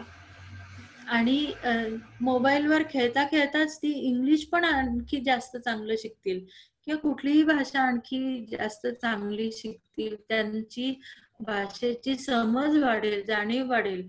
असं काही करू शकतो का आपण विचार करूया आणि त्याच्यासाठी काही ऍक्टिव्हिटीजचा विचार करू इथे, की या ज्या EMC शी संबंधित गोष्टी आहेत त्या सगळ्यांची त्यांना लिस्ट करायला सांगणं. असे भरपूर शब्द आहेत आणि कदाचित ते तुम्हाला म्हणजे शिक्षकांना, तुम्हाला, मला माहिती नसतील एवढे शब्द या डिजिटल जगातल्या संवादाशी संबंधित. त्याची वेगवेगळी ऍप्स आहेत, त्या ऍप्सवरती असलेल्या वेगवेगळ्या सोयी आहेत, त्या ऍप्सवर एकमेकांना म्हणजे लोक जेव्हा बोलत असतात तेव्हा त्याला काय म्हणतात याच्याबद्दल जे काही नवीन नवीन कॉइन झालेले शब्द आहेत, या सगळ्यांच्या लिस्ट मुलांनी केल्या तर ती सुद्धा त्यांच्या व्होकॅब्युलरीत फरकच पडणार आहे. त्याच्यामध्ये त्यांच्या व्होकॅब्युलरीमध्ये किंवा शब्दसंग्रहामध्ये त्याच्यामुळे भरच पडणार आहे. आणि या म्हणजे इतर आपण वेगवेगळ्या क्षेत्रातल्या शब्दांचे आपण त्यांना संग्रह करायला सांगतो, म्हणींचे संग्रह करायला सांगतो, शास्त्रीय विषयाशी संबंधित शब्दांचा आपण एक गट करायला सांगतो त्यांना. तसंच या EMC शी रिलेटेड शब्दांचा एक गट करायला सांगायला काहीच हरकत नाही. त्या गटाचं क्लासिफिकेशन कसं करायचं, म्हणजे यातले कोणते शब्द हे हार्डवेअरशी संबंधित आहेत, कुठले शब्द सॉफ्टवेअरशी संबंधित आहेत, हे शब्द कुठल्या प्रकारच्या चॅटमध्ये केव्हा वापरले जातात, असा त्यांच्या अर्थाच्या दृष्टीने आपण त्यांना क्लासिफाय करायला शिकवू शकतो. इथे दोन गोष्टी घडत आहेत. या प्रकारच्या संवादातले संवाद ते जास्त चांगला समजून घेत आहेत आणि क्लासिफिकेशनचं, वर्गीकरणाचं जे एक हायर ऑर्डर थिंकिंग स्किल आहे ते पण आपण त्यांची याच्याकडे बघण्याची क्षमता वाढवतोय. आणखी डोळसपणाने आपण त्यांना या संवादाकडे बघायला शिकवतोय. अगदी सोपा म्हणजे लहान 6वी-7वीतली मुलं सुद्धा करू शकतील अशी ऍक्टिव्हिटी म्हणजे मोबाईलमध्ये पुष्कळ म्हणजे मेसेजेसमध्ये तुम्हाला एक याद्याच दिलेल्या असतात स्माइलीजच्या किंवा इमोटिकॉन्सच्या. तर त्या सगळ्या याद्या देताना त्या रॅन्डम नसतात, त्या वेगवेगळ्या कॅटेगरीज प्रमाणे दिलेल्या असतात आणि त्या कॅटेगरीज काही वेळा चिन्हांनीच दाखवलेल्या असतात. तर ह्या कॅटेगरीज कोणत्या हे मुलांना व्हर्बली लिहायला सांगणं हा सुद्धा एक एक्सरसाइज होऊ शकतो.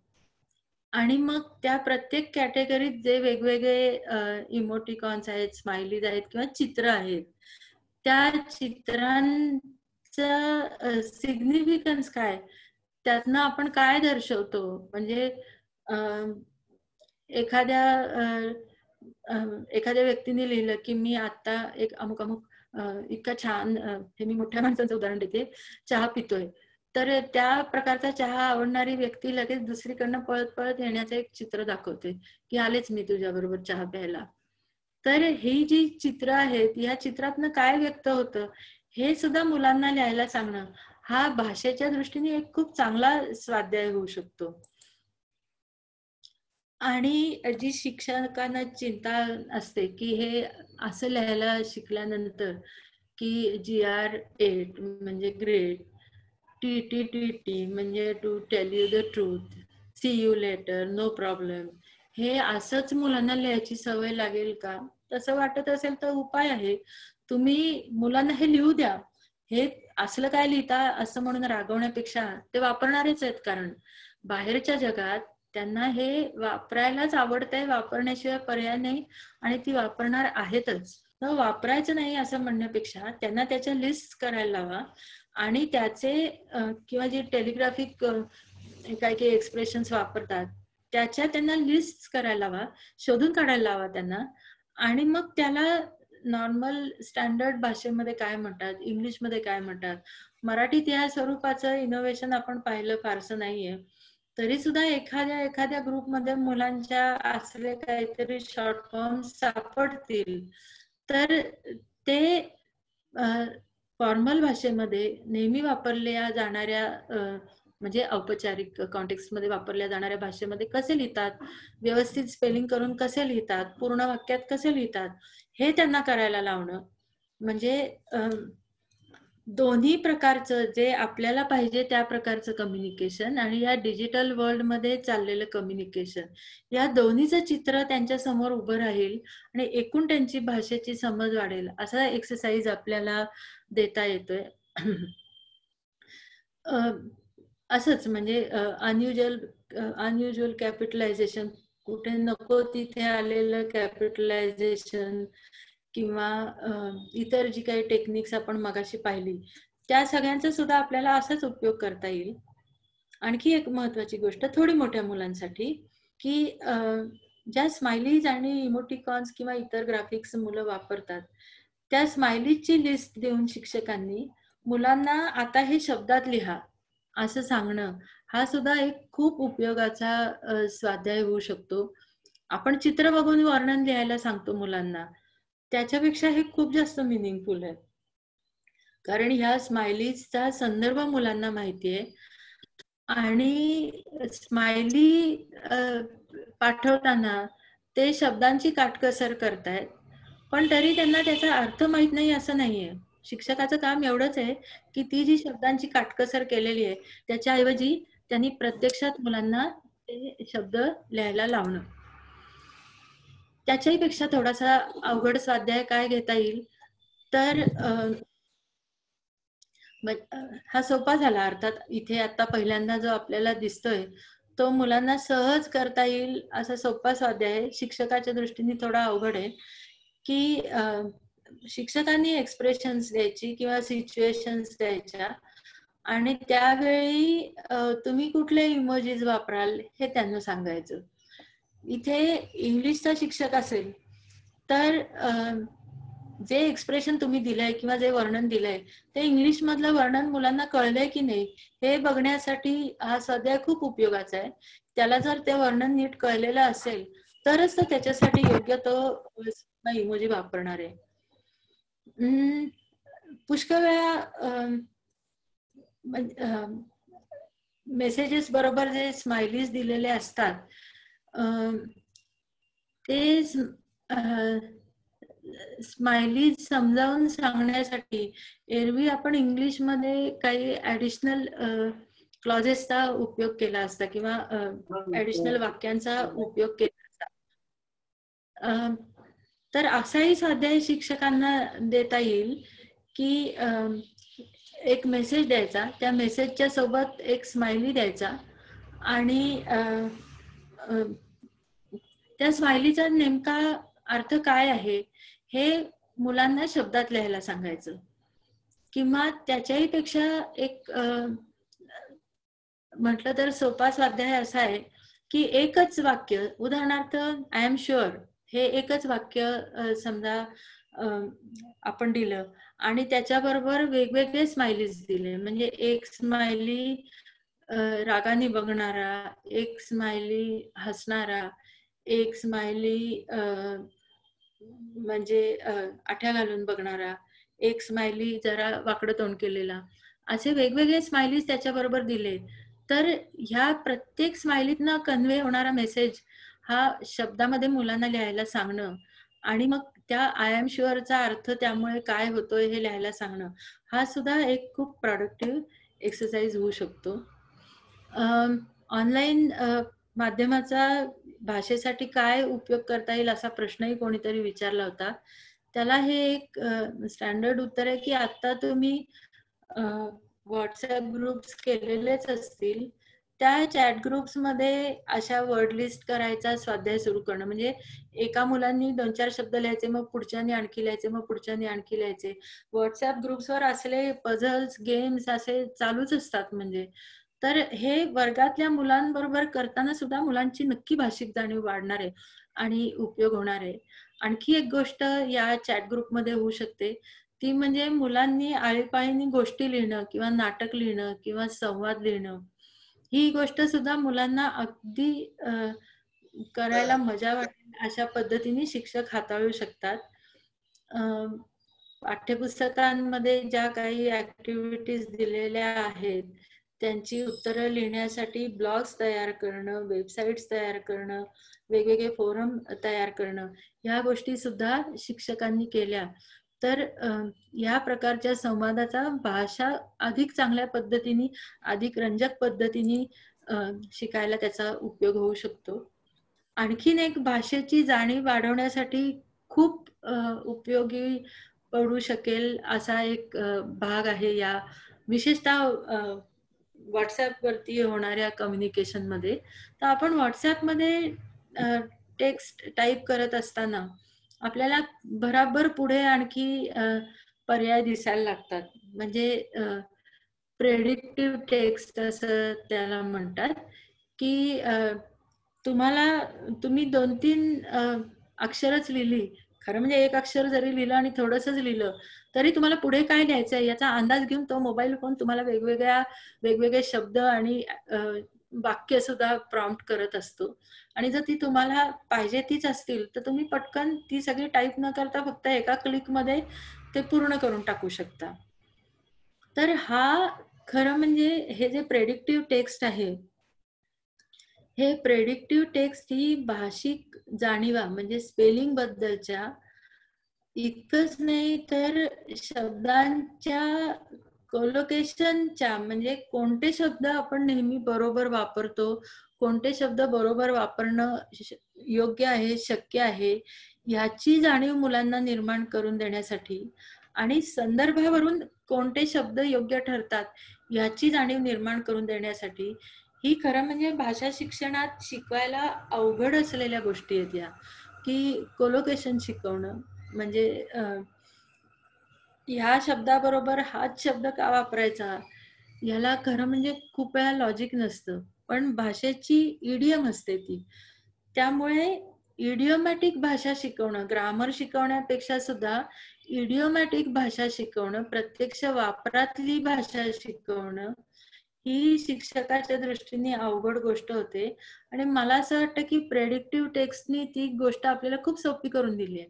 कशी सोपी करून दिली आहे आपण बघूया. एक साधी ऍक्टिव्हिटी करायची, आपण पण करून बघू. मी प्रत्येकालाच म्हणेन की हे सेशन झाल्यानंतर हे करून पहा, खूप मजा येते हे करायला.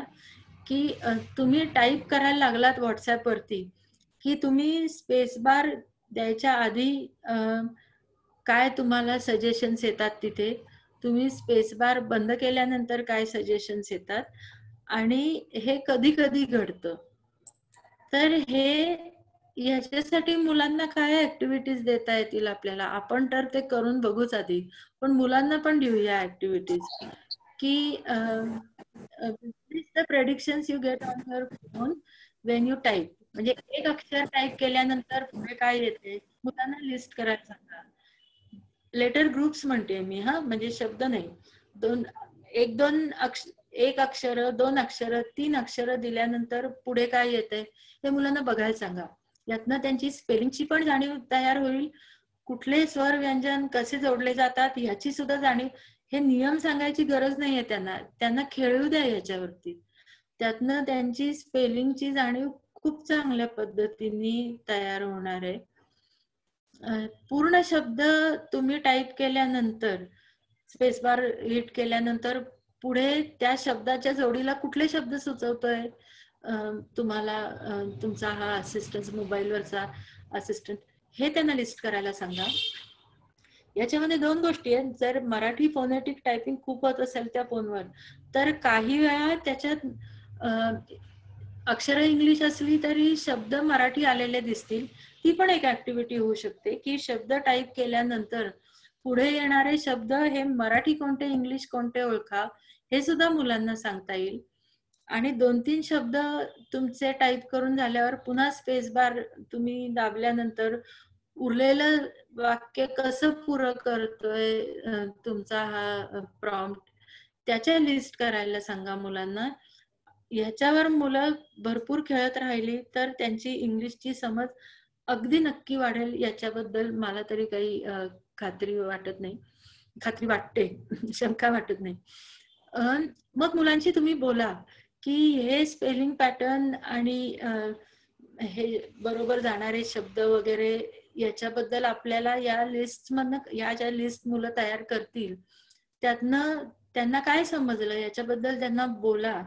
आणि त्यांच्याशी बोलताना त्यांनी योग्य त्यातनं जाणीव, त्यांना योग्य ती जाण निर्माण झाली आहे की नाही याची खात्री करून घ्या. कॉन्टेक्स्ट समजावून देण्यासाठी त्यांना हे विचारा की 3-4 शब्द तिथे आलेले असतील तर तुम्ही हाच शब्द का निवडला, या प्रकारच्या चर्चा करा मुलांशी वर्गामध्ये. त्यातनं सुद्धा पुष्कळ गोष्टी मुलांना समजायला लागतील. आणि एक मग एवढी पुरेशी पार्श्वभूमी प्रेडिक्टिव्ह टेक्स्ट बद्दल तयार झाल्यानंतर तुम्ही त्यांना पण सांगू शकता की एक शब्द द्यायचा आणि ह्या शब्दासाठी आता मुलांनी प्रॉम्प्ट तयार करायचे. असा थोडासा अवघड एक्सरसाइज सुद्धा आपण त्यांना देऊ शकतो. प्रेडिक्टिव्ह टेक्स्ट सारखाच दुसरा एक भाग आहे तो म्हणजे ऑटो करेक्शनचा. म्हणजे हा मोबाईलवरचा आपला जो असिस्टंट आहे तो न दिसणारा आपल्याला, पूर्वी त्याला जेव्हा छापील पुस्तकं होती तेव्हा त्याला प्रिंटर्स डेव्हिल असं म्हणायचे, मुद्रा राक्षस. तर हा बिचारा राक्षस नाही आहे, हा मदतीच्या दृष्टीने येतो, पण तो मुद्रा राक्षसासारखे विनोद करतो. तर तुमचा शब्द टाईप होत असताना तो चुकीचा आहे असं त्याला वाटलं तर तो दुरुस्त करून टाकतो. आणि दुसरी गोष्ट म्हणजे त्यांनी 3-4 पर्याय दिलेले असतात. तुम्ही टाईप करताना त्यांनी दिलेला पहिला पर्याय कुठला आहे ते न बघता जर स्पेस बार दाबला तर त्याच्या दृष्टीने जो पहिला चांगला पर्याय होता तो देऊन टाकतो. तर ह्या ऑटो करेक्शन मधनं ज्या जो काही विनोद तयार होतो किंवा ज्या चुका होतात तो सुद्धा भाषा शिकण्याचा एक उत्तम मार्ग किंवा एक उत्तम साधन असू शकतं. ते माझा एक गार्डनिंग ग्रुप आहे आणि जे फार फॉर्मल गार्डनिंग ग्रुप्स आहेत, बागकामाचे ग्रुप्स आहेत, तिथे अशा चुका होत नाहीत. पण 1-2 ग्रुप्स अगदी इन्फॉर्मल आहेत, तिथे या ऑटो करेक्शनच्या अगदी मजबूत प्रमाणावर तिथे या अशा ऑटो करेक्शनमुळे आलेल्या चुका दिसतात. आता हे वाक्य पहा की आम्हाला पण चोरीची झाडे हवी. आता चोरीची झाडे कोणाला हवी असतील तर ती चोरीची नाहीये, चेरीची झाडे हवी होती त्यांना. पण चेरी हा नेहमीचा शब्द नाही, त्यामुळे ऑटो करेक्शन मध्ये च र वगैरे सगळं आल्यावर त्यांनी चोरी करून टाकली त्याची. दुसरं वाक्य आहे झाडाचे रिपोर्टिंग करा. झाडाचं रिपोर्टिंग कोण कशाला करेल, त्यांना तिथे म्हणायचे झाडाचं रिपॉटिंग करा, म्हणजे कुंडी परत भरा. पण रिपोर्टिंग हा कॉमन शब्द आहे, रिपॉटिंग हा इवन मराठीमध्ये सुद्धा हा शब्द मराठीत तर जाऊ दे, इंग्लिशमध्येही कॉमन नाही. त्यामुळे या झाडाला काहीतरी ठीक चाललं नाहीये, या झाडाचं काय करू, रिपोर्टिंग करा असं ऑटो करेक्शननी सांगून टाकलं आपल्याला. ही पण एक अशीच चूक आहे की मी पण खाते, मी पण खा इतकं आल्यानंतर त्यांनी पटकन मी पंखा करून टाकलं. त्याचं खरं म्हणजे लिहायचंय काय त्या व्यक्तीला तर मी पण खाते, पण तिथे आलंय मी पंखा. त्याचं दुरुस्त आपण परत करायला गेलो व्यवस्थित, मी पण खाते, तरी त्या पणच्या ऐवजी एकदा पान तुम्हाला हा इथला मुद्रा राक्षसाचा जो भाऊ आहे तो देऊन पाहणार. हे मराठीत पण होतं, इंग्लिश मध्ये पण होतं. पुढचं वाक्य आहे ते रोमन अक्षर वापरून लिहिलेल्या मराठीचं आहे. अरे वा, तू बरेच सोशल वर्क करते की. म्हणजे इथपर्यंत सगळं चांगलं चाललं होतं, कौतुक. आणि एकदम पुढचा शब्द येतो नॅस्टी. नॅस्टी कोण म्हणेल तिथे? तिथे म्हणायचंय मस्त. पण मस्त माहिती नाही त्याला, मस्त त्याला कॉमन वाटत नाही शब्द, म्हणून त्यांनी नॅस्टी देऊन टाकला. त्यामुळे हे मुलांना सांगायची गरज नाहीये. मुलांना watch out for auto correct errors in your typing हे मुलांना माहिती आहे, तरुण मुलांना माहिती आहे, छोट्या मुलांना माहिती आहे. हे आपण लक्षात ठेवायला पाहिजे. नेटवर जर आपण बघायला गेलो तर या ऑटो करेक्ट एरर्स या बहुतेक पालकांच्या झालेल्या असतात असं आपल्याला दिसेल. आणि नेटवर तर त्याच्यावर खूप म्हणजे नको त्या आपल्याला बघायला आवडणार नाही अशा पण एरर्स त्याच्यामध्ये दिलेल्या दिसतात.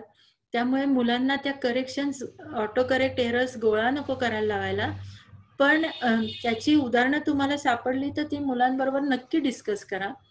आणि एखादा हा एक्सरसाइज तयार करून देता आला आपल्याच स्वतःच्या टायपिंग मधनं की याच्यात ऑटो करेक्ट एरर काय झाली आहे ते सांगा. आपल्याच ग्रुपवर काळपांडे साहेबांची क्षमा मागून एक उदाहरण देते की त्यांनी प्रश्न विचारायला सांगितले होते आणि तिथे पुढे लिहिलं होतं त्याचा सप्लीस व्याख्यानात समावेश करता येईल. तर हे सप्लीस काय आहे? सप्लीस नाहीये, तो एच्या पुढे असलेला एस आहे आणि त्यामुळे त्याचा आपल्या व्याख्यानात समावेश करता येईल असं आहे. पण तिथे त्याला आपल्या शब्द नाही सुचला, तिथे त्यांनी स हे सिरियसली घेऊन आपल्याच्या ऐवजी सप्लीस हा शब्द देऊन टाकला. पण माझं म्हणणं एवढंच आहे की ह्या सगळ्या गोष्टी आपण मुलांबरोबर जर उत्साहाने शेअर केल्या तर भाषा शिकण्याचं एक अतिशय उत्तम आणि इफेक्टिव्ह साधन आपल्याला या इलेक्ट्रॉनिक मीडिया कम्युनिकेशननी पुरवलेलं आहे असं मला वाटतं. आणि म्हणजे वर्गात तर वापरून पाहाच, पण जे आपल्यापैकी शिक्षक नाही आहेत त्यांनी सुद्धा या कम्युनिकेशनकडे एकदा वेगळ्या दृष्टीने पाहून इथे ज्या मुलांसाठी ऍक्टिव्हिटीज दिलेल्या आहेत ते स्वतः पण करून पहा. आपल्याला सुद्धा त्याच्यामधनं पुष्कळ नवीन आणि वेगळ्या चांगल्या गोष्टी लक्षात येऊ शकतात. माझ्या अपेक्षेपेक्षा माझं बोलणं खूप लांबलंय, तरी म्हणजे आता थांबते. आणि याच्या पुढे याच्या संबंधी कोणाला आणखी काही बोलायचं असेल, विचारायचं असेल तर ती चर्चा आपण करूया. धन्यवाद.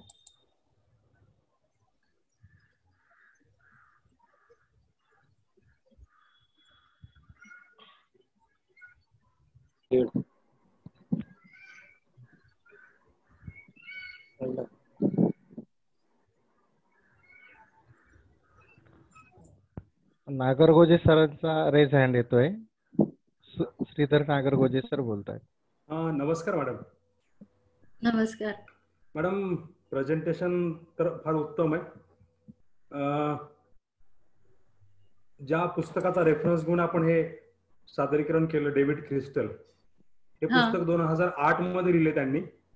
आणि मला आपल्या उपस्थित सर्व श्रोत्यांना सांगायला आनंद वाटेल की 2006 मध्ये जे आपण पुस्तक तयार केलं होतं बालभारतीचं 7वीचं, त्याच्यामध्ये एक लेसन होता, the day of surprises and messages.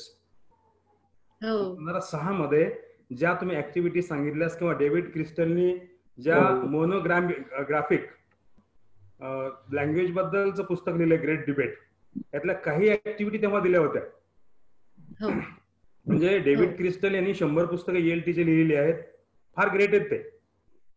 त्यांना मी मागच्या वर्षी लिव्हरपूलच्या ITFL कॉन्फरन्समध्ये भेटलेलो आहे. पण मला सगळ्यांना असं सांगायचं की हर्डीकर मॅडमनी जे पुस्तकं लिहिली त्या पुस्तकामध्ये डेव्हिड क्रिस्टलने 2008 मध्ये ज्या गोष्टी मेन्शन केल्या 2006 मध्ये आपल्या पुस्तकात आल्या होत्या आणि त्याच्यावरच्या ऍक्टिव्हिटीज पण होत्या आणि त्या मुलांना खूप आवडायच्या. हो, हे बघा, इलेक्ट्रॉनिक मीडिया कम्युनिकेशन मधली प्रत्येक गोष्ट नवीन नाहीये. जुन्या गोष्टी पण त्याच्यामध्ये आल्यात, पण त्या आता खूप सहजतेने आणि प्रभावीपणे मुलं वापरतायत. पूर्वी शिक्षकांना सुद्धा त्या इतक्या इझिली त्यांच्या पाहण्यात येत नसतील, त्यांच्याही पाहण्यात येत आहेत. तर आता ते आणखी इफेक्टिव्हली वापरू आपण. फक्त त्याच्याबद्दलचा मला एक प्रश्न असा विचारायचा आहे मॅडम. त्याच्याबद्दलचा प्रश्न असा आहे की काही जण अशी भीती व्यक्त करतात की मुलं स्पेलिंग लक्षात ठेवण्याऐवजी जे म्हणजे प्रिडिक्टिव्ह टेक्स्ट समोर येतात त्याच्यावर विसंबून राहतात. म्हणजे जेव्हा त्यांना पेननी लिहावं लागतं तेव्हा मात्र त्यांच्या स्पेलिंगसाठी त्यांना अडथळा येऊ शकतो. असं काही जणांची एक भीती आहे. हो, ती खरं म्हणजे इतर ठिकाणी झालेल्या रिसर्चेस मध्ये असं दिसतं की ती भीती खरी नाही. आपल्याकडे काय परिस्थिती आहे हे मला माहित नाही. म्हणजे आपल्याकडच्या मुलांचं असं होतं का हे बघितल्याशिवाय सांगता येणार नाही. पण म्हणूनच मी सांगितलं की ही जी प्रेडिक्टिव्ह टेक्स्ट मध्ये स्पेलिंग बरोबरच येतं. प्रेडिक्टिव्ह टेक्स्ट मध्ये येणारं स्पेलिंग हे सहसा चुकीचं नसतं. एकाच उच्चाराचे दोन शब्द असू शकतील तर एखाद्या वेळी असं घडू शकेल. पण म्हणूनच आपण जे एक्सरसाइजेस मुलांना देतोय त्याच्यामध्ये ॲक्रोनिम्स किंवा इतर हे इनोव्हेटिव्ह लिखाणाचे प्रकार जे आहेत ते एकीकडे देऊन त्याच्याऐवजी स्टँडर्ड इंग्लिशमध्ये काय लिहायचं हा एक स्वाध्याय द्यायचा ना मुलांना. म्हणजे मुलांची ही जर अडचण आपल्याला दिसतीये तर ती सोडवण्याचा हाच मार्ग आहे की त्यांना योग्य काय आहे हे त्यांनीच लिहिलेलं न नाकारता त्यांना योग्य काय आहे ते दाखवणं.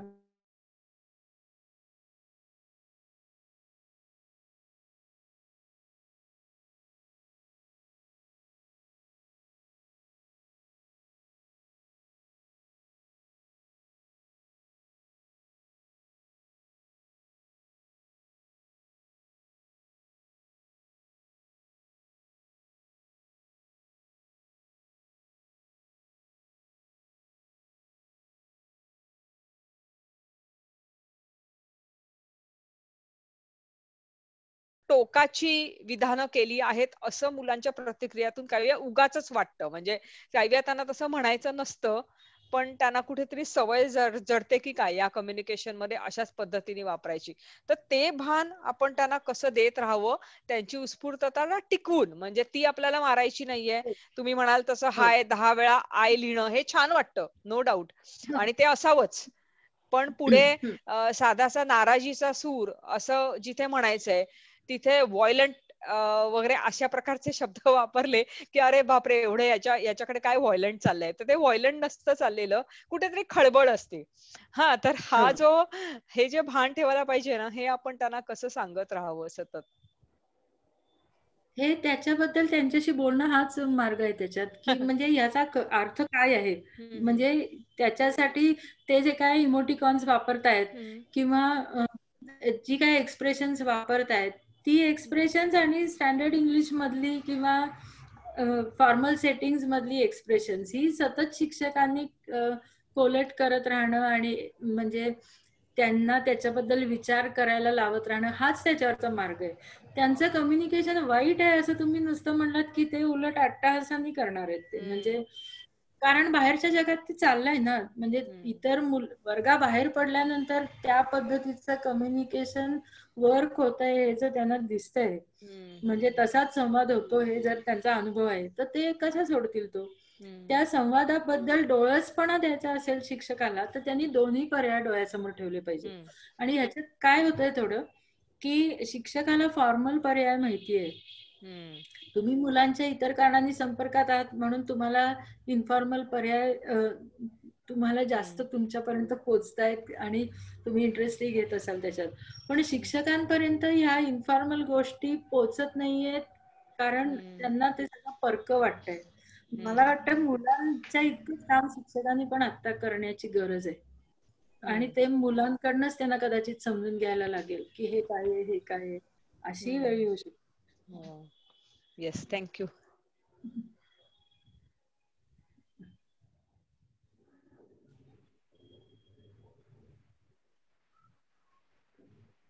मॅडम चॅटबॉक्स मध्ये अजून तिथे सगळ्या कार्यक्रमाचे चांगले आहेत असंच त्याच्यामध्ये सर्व कमेंट्स आणि जसं तुम्ही अब्रिव्हिएशन सांगत होता त्याच प्रकारची चॅट्स त्या ठिकाणी ऑलरेडी चालू झालेले होते आणि सगळेजण त्याला खूप छान रिस्पॉन्ड करत होते त्याच भाषेमध्ये.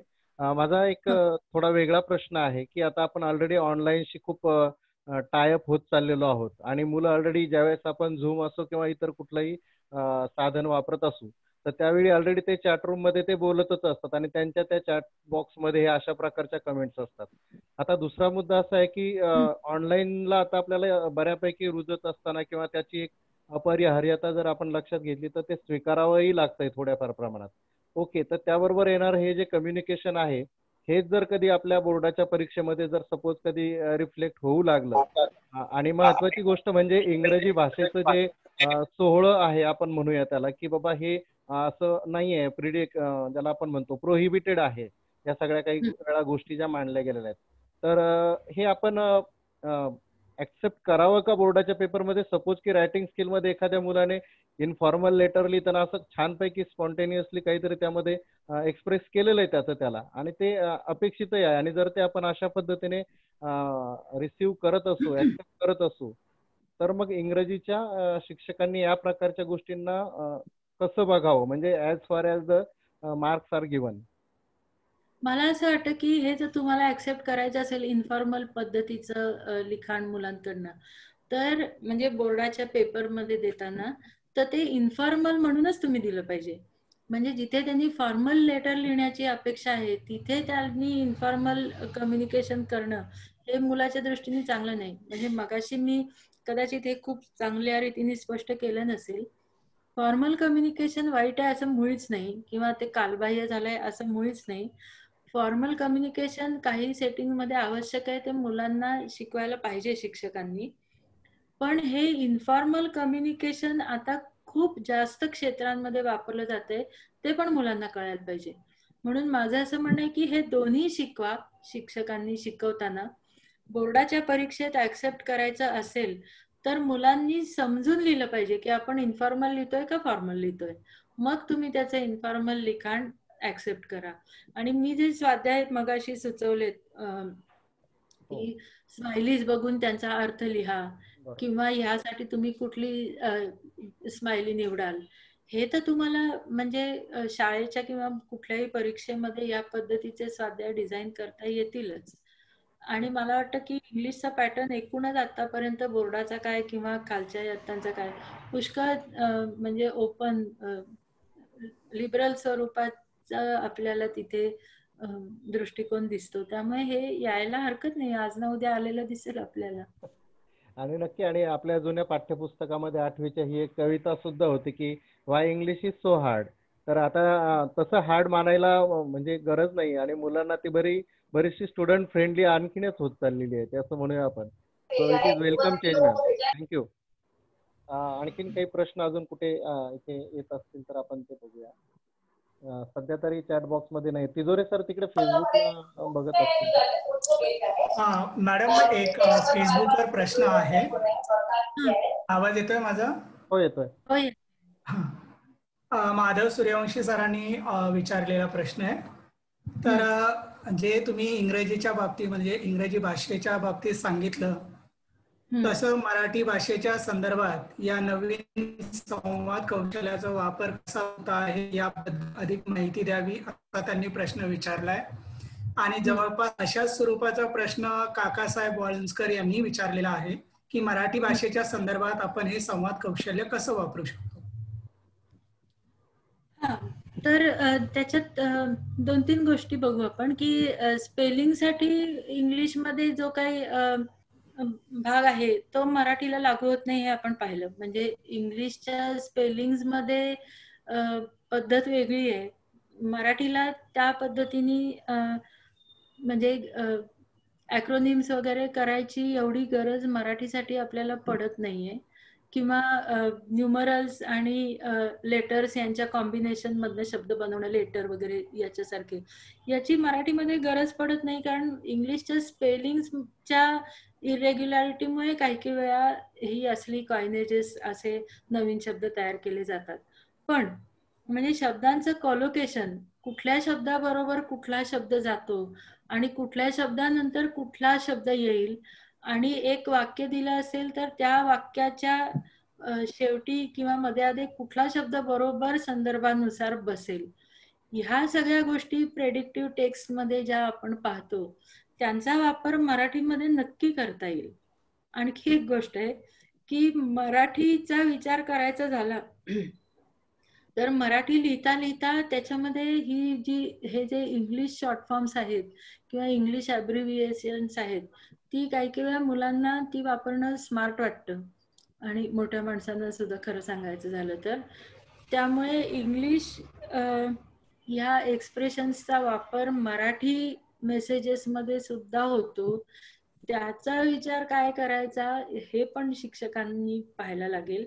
आणि त्याच्या ऐवजी म्हणजे त्या इंग्लिशच्या ऐवजी तुम्ही मराठीत काय लिहिलं असतं, ह्या प्रकारचे स्वाध्याय किंवा या प्रकारच्या चर्चा मुलांशी करायला लागतील. बाकी मी ऑटो करेक्शनची उदाहरणं दिली. ऑटो करेक्शनचा तर उपयोग नक्की आपण स्वाध्याय बनवण्यासाठी करू शकतो, प्रेडिक्टिव्ह टेक्स्टचा करू शकतो. आणि त्यातनं भाषेची जाण म्हणजे चर्चांमधनं आपण भाषेची जाण तयार करू शकतो. मुलांना खेळायचं कसं आणि त्या खेळातनं भाषेबद्दल कोणत्या गोष्टी समजून घ्यायच्या हे शिक्षकांनी सांगायला पाहिजे. ते मराठीचे शिक्षक पण करू शकतात. पुष्पा बदाने मॅडम, त्यांचा रेज हँड आहे या ठिकाणी. मॅडम विचारा. त्यानंतर अनुल अत्तार मॅडमचा पण आहे. मॅडम, मी जरी भाषेची शिक्षिका नाहीये, विज्ञान शिक्षिका आहे, पण आज मला तुमचं हे लेक्चर बघून एवढा आनंद झाला की मी सुद्धा बऱ्याच प्रकारे आता ऑनलाईन शिकवताना या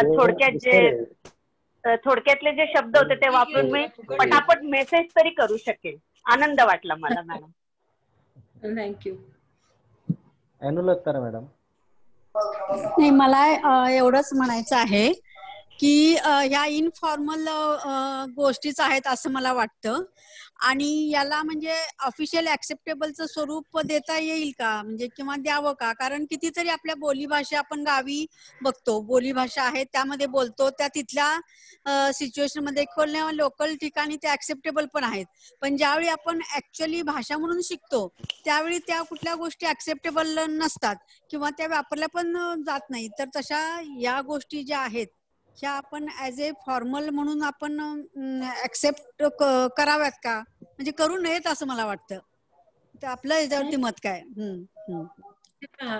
मी मगाशीच सांगितलं की इन्फॉर्मल कम्युनिकेशनचा उपयोग आपण फॉर्मल ठिकाणी करावा असं आपण म्हणतच नाही आहोत. फॉर्मल कम्युनिकेशन अजून सुद्धा, औपचारिक कम्युनिकेशन अजून सुद्धा टिकून आहे. तशा सिच्युएशन्स आपल्या आयुष्यात येतात, तशा प्रकारचे पत्रव्यवहार करायला लागतात. त्यामुळे ते शिकू नयेत असं अजिबातच आपण समजायला नको. ते भाषेच्या शिक्षकांनी जरूर शिकवावं. पण इन्फॉर्मल कम्युनिकेशनची व्याप्ती जे विशेषतः हे जे डिजिटल कम्युनिकेशन आहे, ह्या कम्युनिकेशनची व्याप्ती पूर्वीपेक्षा खूप अधिक वाढत चालली आहे. त्याचं स्वरूप वेगळं आहे. ते मुलांना समजून ते सुद्धा दिलं पाहिजे. आणि इतकंच नाही तर ते जे कम्युनिकेशन आहे त्या कम्युनिकेशनचा आपण जर खोलात जाऊन विचार केला तर भाषेची जाणीव आपली चांगल्या प्रकारे समृद्ध होऊ शकते. म्हणून सुद्धा आपण त्यांना त्या कम्युनिकेशनची वैशिष्ट्य शिकवली पाहिजेत, त्याच्यावर स्वाध्याय तयार करून दिले पाहिजेत आणि त्या स्वाध्यायातनं त्यांची भाषेची जाण वाढते का हे पाहिलं पाहिजे. एवढं माझं म्हणणं आहे. फॉर्मल कम्युनिकेशनच्या ऐवजी हे इन्फॉर्मल वापरा असं समजायचं काही कारण नाही. तसं नकोच करायला.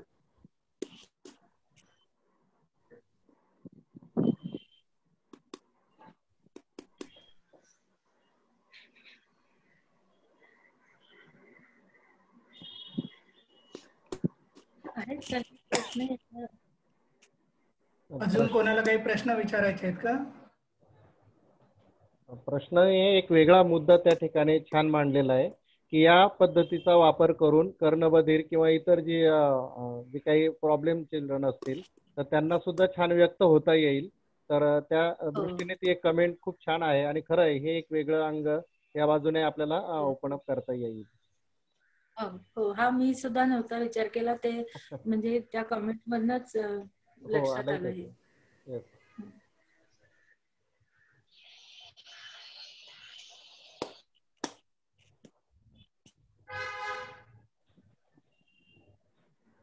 अजितराव, प्रश्न नाही आहेत सर.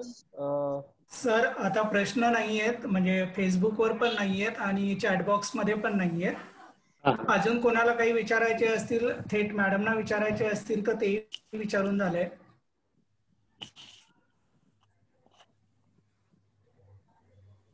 काळपांडे सर.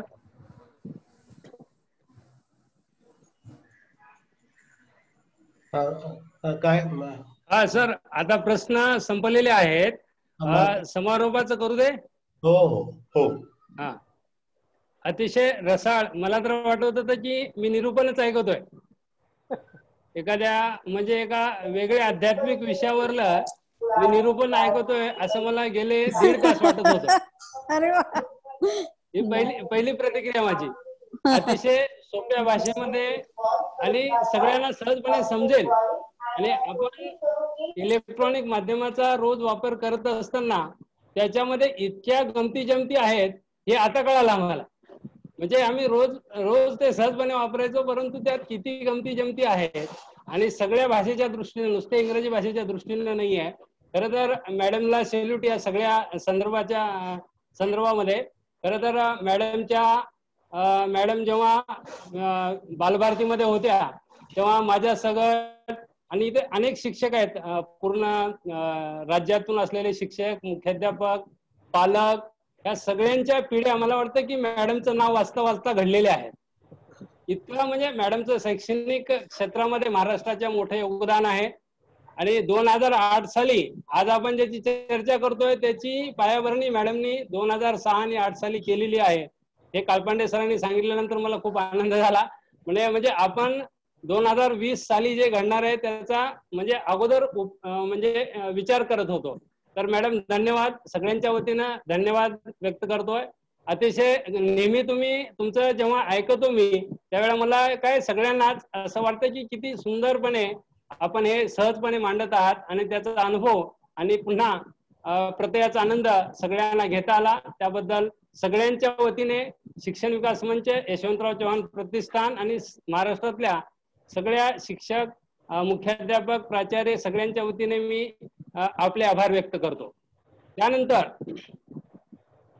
शिक्षण विकास मंचच्या निमंत्रक माननीय खासदार सुप्रियाताई सुळे आणि यशवंतराव चव्हाण प्रतिष्ठानचं जे कार्यकारी मंडळ आहे त्यांनी या कार्यक्रमासाठी आम्हाला परवानगी दिली, त्याबद्दल त्यांचे या ठिकाणी ऋण व्यक्त करतो. त्यानंतर या कार्यक्रमासाठी अभ्यास मंडळाचे अनेक सदस्य आहेत या कार्यक्रमामध्ये सहभागी झालेले. माजी सदस्य आहेत आणि आजी सदस्य आहेत. त्याबरोबर शिक्षणात काम करणारे जे उच्च पदस्थ अधिकारी आहेत तेही हा कार्यक्रम लाईव्ह ऐकत आहेत बरेच जण. त्या सगळ्यांचा मी मनापासून या ठिकाणी आभार व्यक्त करतो. त्याचबरोबर राज्याच्या वेगवेगळ्या जिल्ह्यातून अगदी नागपूर पासून कोल्हापूर पर्यंत आणि तिकडे मराठवाड्यामध्ये खूप पाऊस पडतोय, अगदी बीड जिल्ह्यामध्ये, लातूर जिल्ह्यामध्ये, तिथून सुद्धा काही मंडळी या कार्यक्रमासाठी कनेक्ट झालेली आहे. त्याच्यानंतर पुणे, मुंबई हा सगळा जो महाराष्ट्राचा भाग आहे या सगळ्या जिल्ह्यातून अनेक प्रतिनिधी, अनेक शिक्षक, अनेक मुख्याध्यापक ही भाषेची गंमत जम्मत ऐकण्यासाठी या ठिकाणी त्यांनी वेळ दिला आणि कौतुकाने ते सहभागी झाले या वेबिनार मध्ये. त्याबद्दल मी त्यांचं मनापासून स्वागत करतो आणि आभार व्यक्त करतो. त्यानंतर खऱ्या अर्थाने हे जे हा जो कार्यक्रम होता, आमचे सगळेच कार्यक्रम जे होतात ते आदरणीय डॉक्टर काळपांडे सर यांच्या नेतृत्वाखाली आणि मार्गदर्शनाखाली सरांनी वेळोवेळी अनेक सूचना आम्हा सगळ्या टीमला दिलेल्या आहेत. मला एकट्याला नाही तर सगळ्यांनाच दिलेल्या आहेत आणि ते सुंदर असा कार्यक्रम सरांच्या मार्गदर्शनाखाली घडून आला. त्याबद्दल सरांचं कौतुक. आता खरं तर मी आभार कसं मानायचा हाच विषय आहे, कारण सरांचाच हा कार्यक्रम असल्यासारखा आहे. त्यानंतर रॉय मॅडम यांनी प्रास्ताविक केलं, त्यासाठी मॅडमचेही या ठिकाणी आभार. यशवंतराव चव्हाण प्रतिष्ठानचा जो स्टाफ आहे आणि विशेषतः यशवंतराव चव्हाण प्रतिष्ठानच्या कार्यक्रमाचे प्रमुख दत्ता बाळसराफ आणि त्यांची संपूर्ण टीम, त्याचबरोबर आमची शिक्षण विकास मंचाची टीम, नजमा मॅडम असतील, अजित तिजोरे सर असतील, जयवंत सर असतील आणि अनुल मॅडम असतील, या सगळ्यांचा मनापासून आभार व्यक्त करतो. अनेकांनी या कार्यक्रमासाठी खूप मदत केली, खूप, आणि आनंदाने सांगितलं की आम्हाला कार्यक्रमासाठी सहभागी व्हायचं आहे. मला गेल्या 5-6 दिवसामध्ये इतके फोन आले की आता मला वाटायला लागलं की कार्यक्रम होईपर्यंत आता माझं काही खरं नाहीये, कारण कुणाला संधी दिली आणि लगेच नाराज होतील. त्यामुळे हा कार्यक्रम पूर्ण होत असताना मला तर खूप आनंद झालेला आहे, कारण खूप चांगला कार्यक्रम झाला. आपण नेहमीच आम्हाला मदत करता, भविष्यात सुद्धा आपण असंच आम्हाला मार्गदर्शन कराल आणि महाराष्ट्रातले जे शिक्षणाचं जे काम आहे ते काम असंच पुढे राहील अशी अपेक्षा व्यक्त करून संयोजक माननीय काळपांडे सर यांच्या नियमाप्रमाणे आणि यांच्या म्हणण्यानुसार मी हा कार्यक्रम या ठिकाणी थांबवतो. धन्यवाद. सर, काही सूचना आहेत?